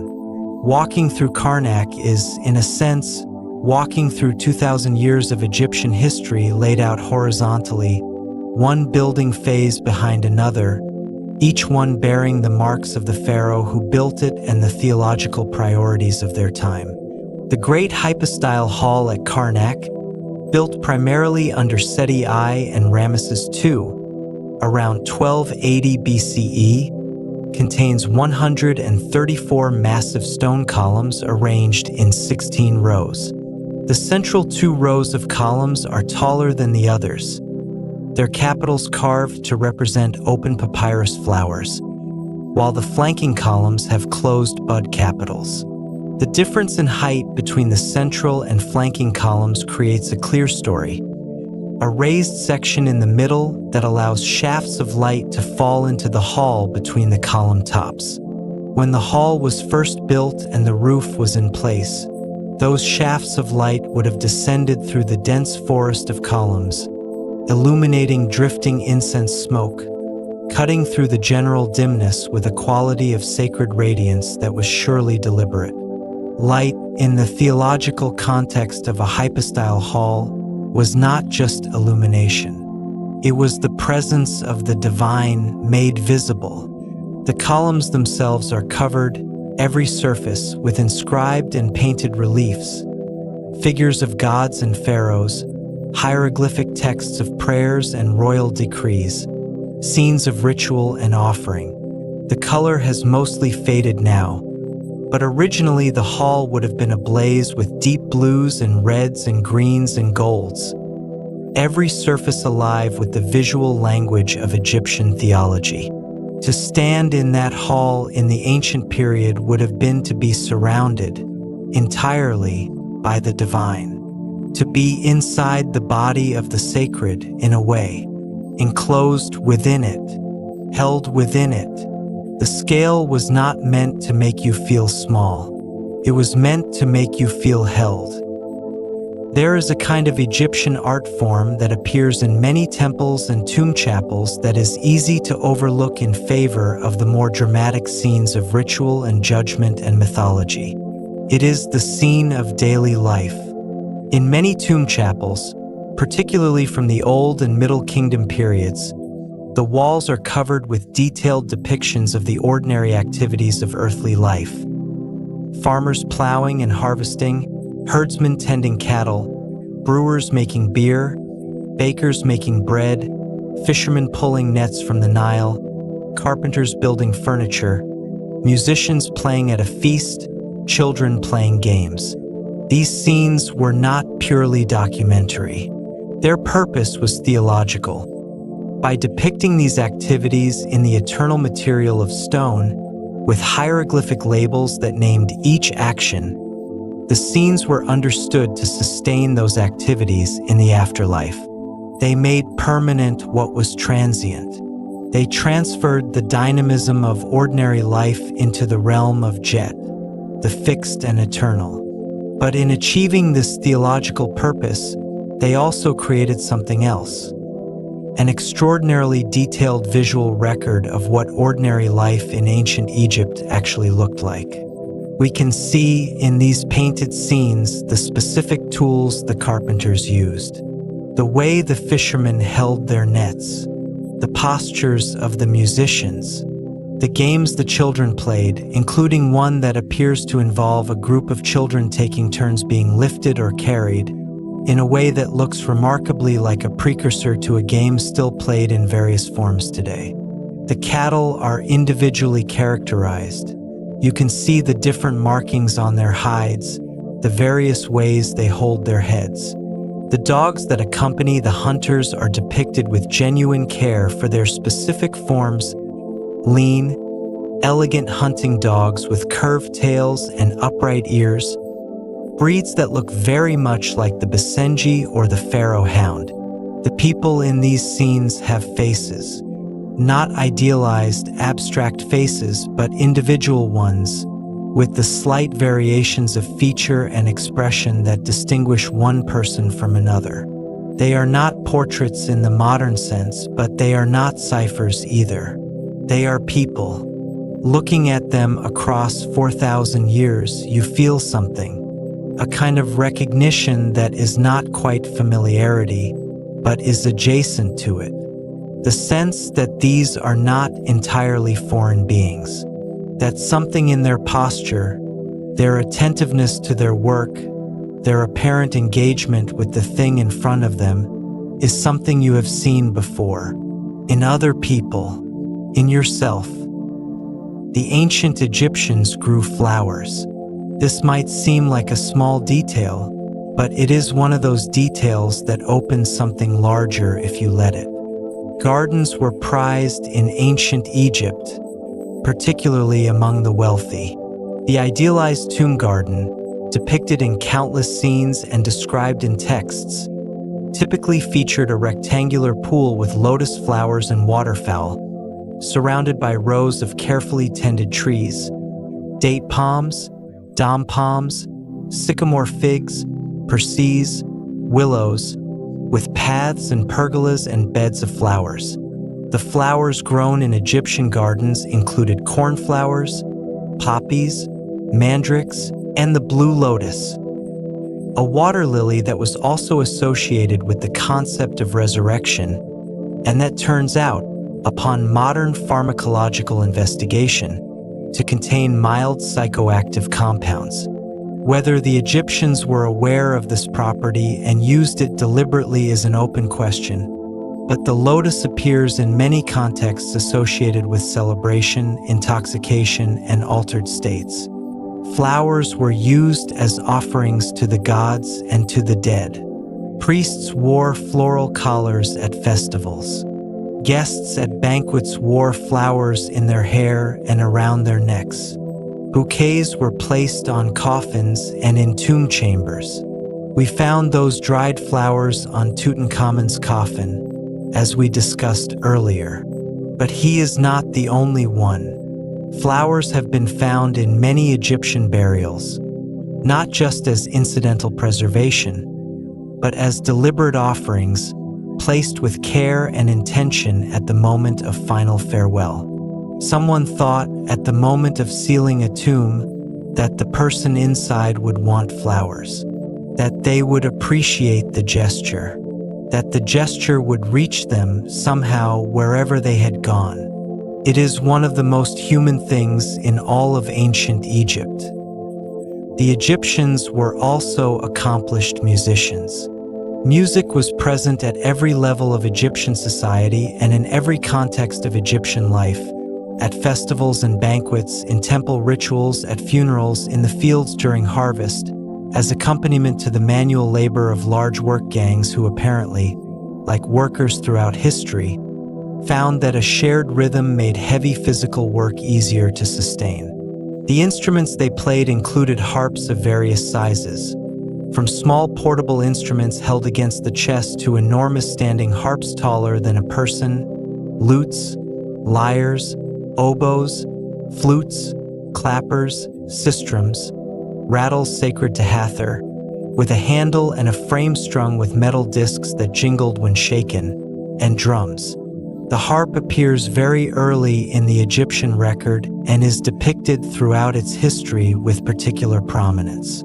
Some of the largest and most elaborate harps found in Egyptian art are the great arched harps shown in tomb paintings from the New Kingdom period, elaborately decorated with inlaid panels and carvings, clearly valued objects in their own right, instruments of real beauty. We cannot hear Egyptian music directly. The notational system, if one existed, has not been decoded, and the physical instruments that have survived, while telling us about construction and playing technique, cannot play themselves. The music is gone, but we know it existed. We know people made it and that it moved them, and that they thought it was important enough to depict in their finest paintings and to dedicate to their most beloved gods. There is a short text from the New Kingdom period, found in a tomb at Thebes, written beside the figure of a harper. It is called the Harper's Song, and it has survived in several versions across the Egyptian record. The theme of these songs is quiet and slightly melancholy, a meditation on the brevity of life, the certainty of death, and the consequent importance of enjoying the pleasures of existence while they are available. The songs counsel the listener to eat well, drink, be with the people they love, make their heart glad. They note that the wise men of former ages are gone, that their tombs are empty in a sense, that the enjoyment of life while it lasts is the only reasonable response to its eventual end. It is not a morbid philosophy. It is a gentle one. It comes from a culture that thought very seriously about death and arrived at the conclusion that thinking seriously about death was a good reason to love life more fully. Let us speak for a moment about color. The ancient Egyptians had a sophisticated and symbolically rich relationship with color, one that was woven throughout their art, their religion, and their understanding of the natural world. Green was the color of growth, vegetation, fertility, and resurrection. The god Osiris was often depicted with green skin, not because his skin was literally green, but because his association with the regeneration of plant life and the renewal of existence made green his color. A green face was a way of saying, "This is someone who comes back from death," like the green shoots that emerge from the dark soil after the flood. Red could signify life, vitality, and the power of the sun, but it could also signify danger, chaos, and the destructive aspects of nature. The god Seth, the god of storms and desert and disorder, was often associated with red. Red-haired people and red animals were sometimes associated with Seth by extension. The desert itself, the Deshret, the red land, carried this double significance. Valuable for its minerals, but fundamentally threatening, fundamentally chaotic, fundamentally opposed to the ordered green world of the Kemet.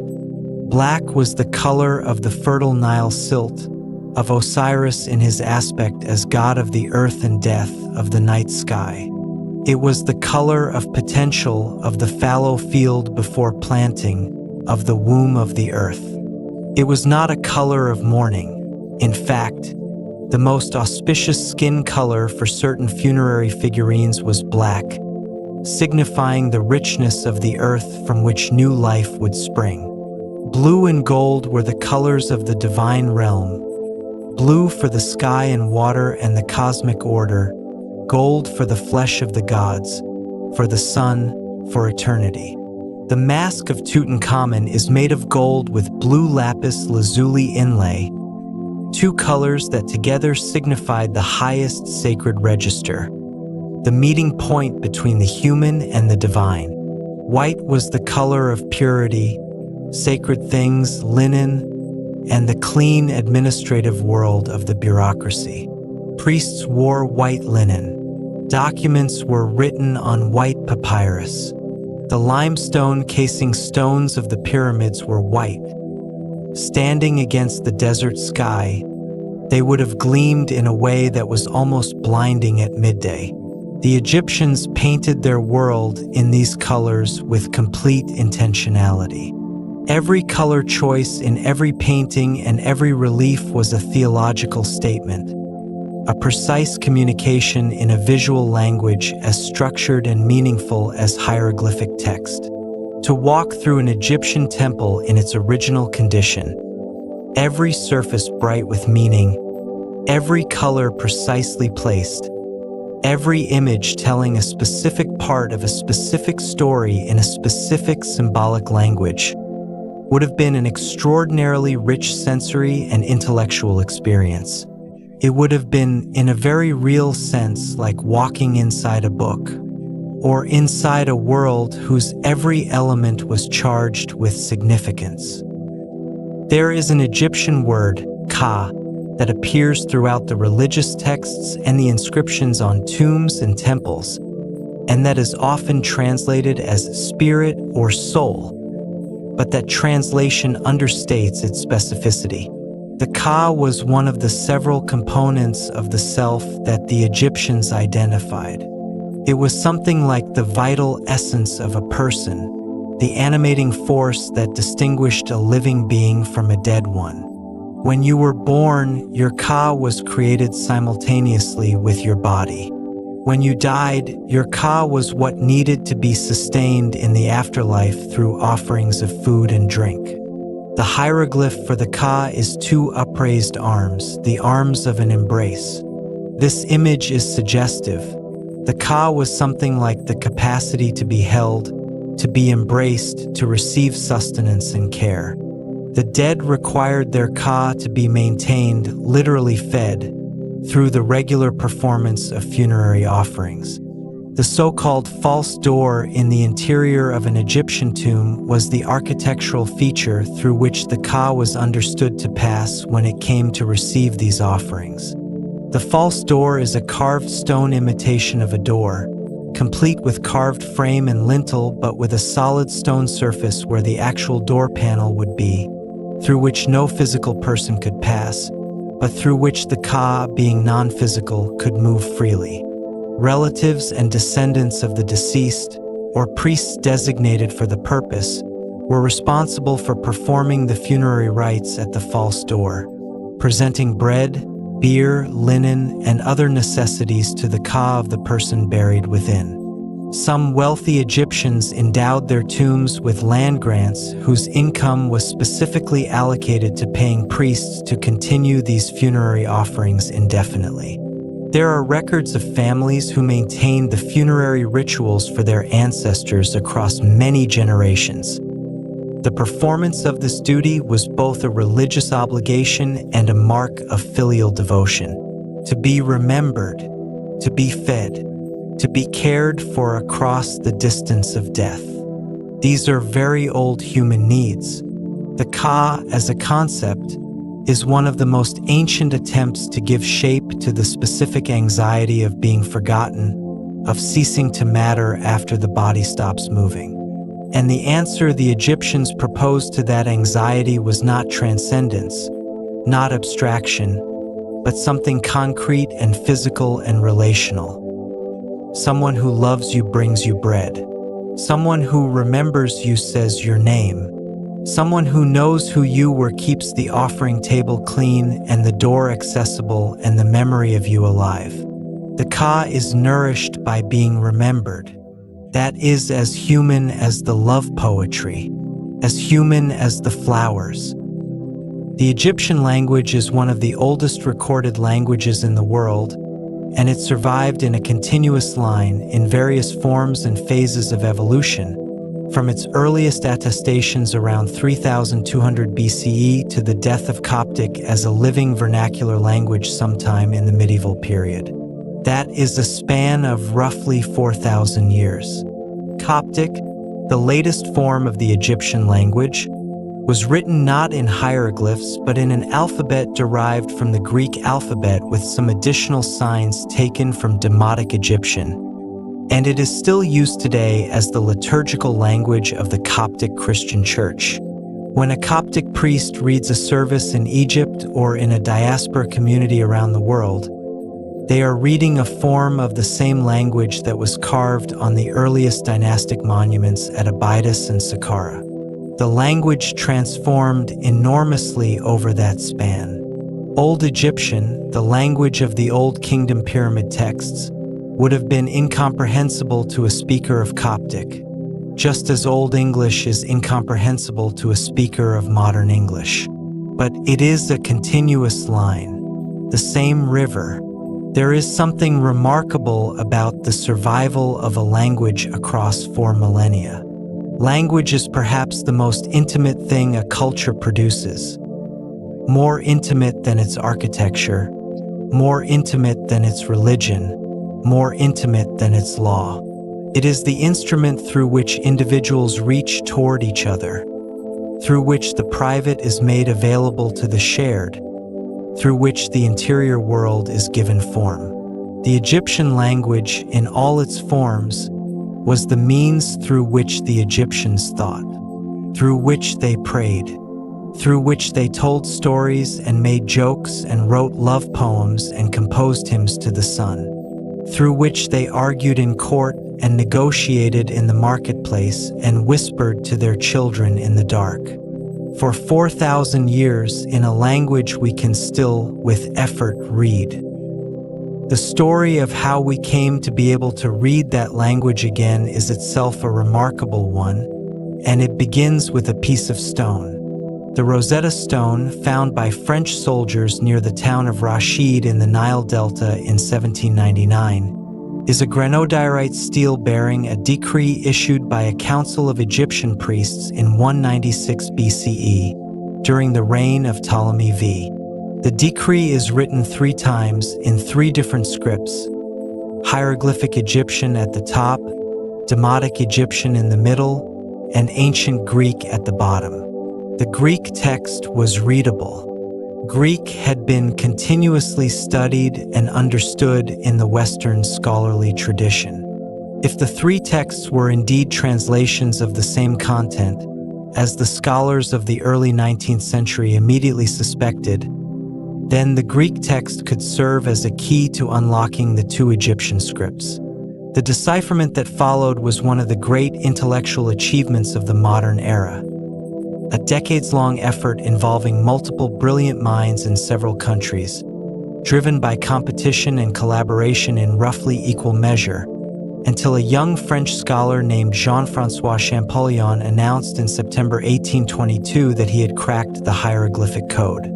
The specific insight that made everything possible was the recognition that hieroglyphs were not purely symbolic, not a system in which each image represented a whole word or concept, but that many signs represented sounds. That hieroglyphs, in other words, functioned partly as an alphabet. Once this was understood, and once the phonetic values of the individual signs had been worked out using the Greek proper names in the Rosetta text as a guide, the entire vast archive of Egyptian literature and inscription became slowly readable again. After 1,400 years of silence, the Egyptian language spoke again. Champollion, upon completing his decipherment, is reported to have burst into his brother's office, placed his notes on the desk, said, "I've done it," and promptly fainted from exhaustion. He was 31 years old. There is a text in the Egyptian record called the Maxims of Tahotep, a collection of wisdom sayings attributed to a vizier who supposedly lived during the 5th dynasty, around 2400 BCE, though the surviving copies are from later periods. It is one of the oldest written works of reflective wisdom in the world. The maxims are addressed to a young person entering adult life and professional responsibilities, and they offer advice about how to behave toward superiors, equals, and those of lower station. The tone is calm, practical, and occasionally surprisingly intimate. Some of the advice sounds familiar across the span of millennia. Do not be proud when you are successful, because success is temporary. Listen more than you speak, because those who listen learn more than those who talk. Be gentle with the person who is angry, because a calm response disarms conflict more effectively than retaliation. When you are a guest, receive what is given to you with gratitude and do not complain. One piece of advice concerns the treatment of one's wife. Fill her belly, clothe her back, gladden her heart as long as you live. It is not a romantic statement in the modern sense, but it is an ethical one, an instruction to take seriously the responsibility of care for the person you are bound to. Another maxim reflects on old age. The elderly man who is wise, one is told, should be listened to, because they have experienced what the young have not yet encountered. Their slower pace and quieter manner are not failures but accumulated knowledge. The knowledge accumulated through the slowness of a long life. There is something touching about wisdom literature from 4,000 years ago that still sounds like wisdom, that still feels, when you encounter it, like something a thoughtful person might say to a younger person they cared about. The advice has aged better than almost anything else from ancient Egypt, better than the political structures, better than the theological specifics, better than the administrative systems. Because the fundamental challenges of being a human being in relationship with other human beings have not changed enough in 4,000 years to make the old advice obsolete. We are still navigating the same terrain, with the same instruments. Let me tell you something about light. At certain times of year, at certain temples in ancient Egypt that were oriented with extraordinary astronomical precision, the rising sun would pierce the entrance of the temple and travel down the long axis of the main corridor and through the succession of increasingly sacred chambers, until the light reached the innermost sanctuary and illuminated the statue of the god in residence there. This happened at the Abu Simbel temples, carved into the cliff face on the Nile's west bank in what is now southern Egypt, during the reign of Ramesses II around 1265 BCE. The two great temples there are oriented so that on two specific dates each year, February 22nd and October 22nd, believed to correspond to the pharaoh's birthday and coronation day, the rising sun penetrates the entire length of the temple and illuminates the seated statues in the innermost chamber. For statues sit in that inner chamber. 3 of them are illuminated by the sunrise on these 2 days. The 4th, the statue of Ptah, a god associated with darkness and the underworld, remains in shadow. The alignment is precise to within minutes. The engineers and priests who designed the temple calculated, without modern instruments, without trigonometry as we formally understand it, the angle of the rising sun on these specific days relative to the orientation of the cliff face, and oriented the entire structure accordingly. When the Aswan High Dam was built in the 1960s and the rising waters of Lake Nasser threatened to submerge the temples, they were cut from the cliff and relocated to higher ground in one of the most extraordinary engineering operations in the modern history of archaeology. The new site was chosen and the temples repositioned with great care, but due to the slight imprecision of the relocation, the alignment is now off by a day. The light arrives on February 21st and October 21st instead. 1 day off after 3,000 years and a move of 60 meters. Close enough, perhaps, to count. Let me end with something very simple. The Nile still flows. It flows now, tonight, as it has been flowing for millions of years. Past the ruins of the temples and the foot of the pyramids and the quarries where the granite was cut and the fields where the wheat grew and the villages where the farmers learned the names of the stars. The river does not remember any of this. Rivers do not remember. They simply flow because that is what rivers do. They follow the geometry of the land, the pull of gravity, the angle of the slope, and they move. North, always north. But the land remembers in its way. The stone holds the shape of the chisel. The rock holds the fossils of the ancient sea. The dry chamber holds the flowers. The obelisk in the quarry holds the crack. And you, tonight, in whatever dark and quiet place you are reading this or hearing this, hold within you the long inheritance of a species that has been asking questions, carving shapes, watching stars, and lying down in the dark for at least as long as the pyramids have been standing. You are part of this. Not metaphorically, actually. The curiosity that makes you want to know about the ancient Egyptians is the same curiosity that made them look up at the stars and ask what they were, and then find patterns in them, and then build their calendars around those patterns, and then orient their buildings toward those stars, and then fill those buildings with everything they knew and loved and hoped for. You are made of the same impulse, the same desire to understand. The same gentle persistence of attention in the face of everything that is vast and old and quiet and strange. Let the river flow now. Let the desert cool in the darkness. Let the stars move slowly across the sky in the arching body of Nut.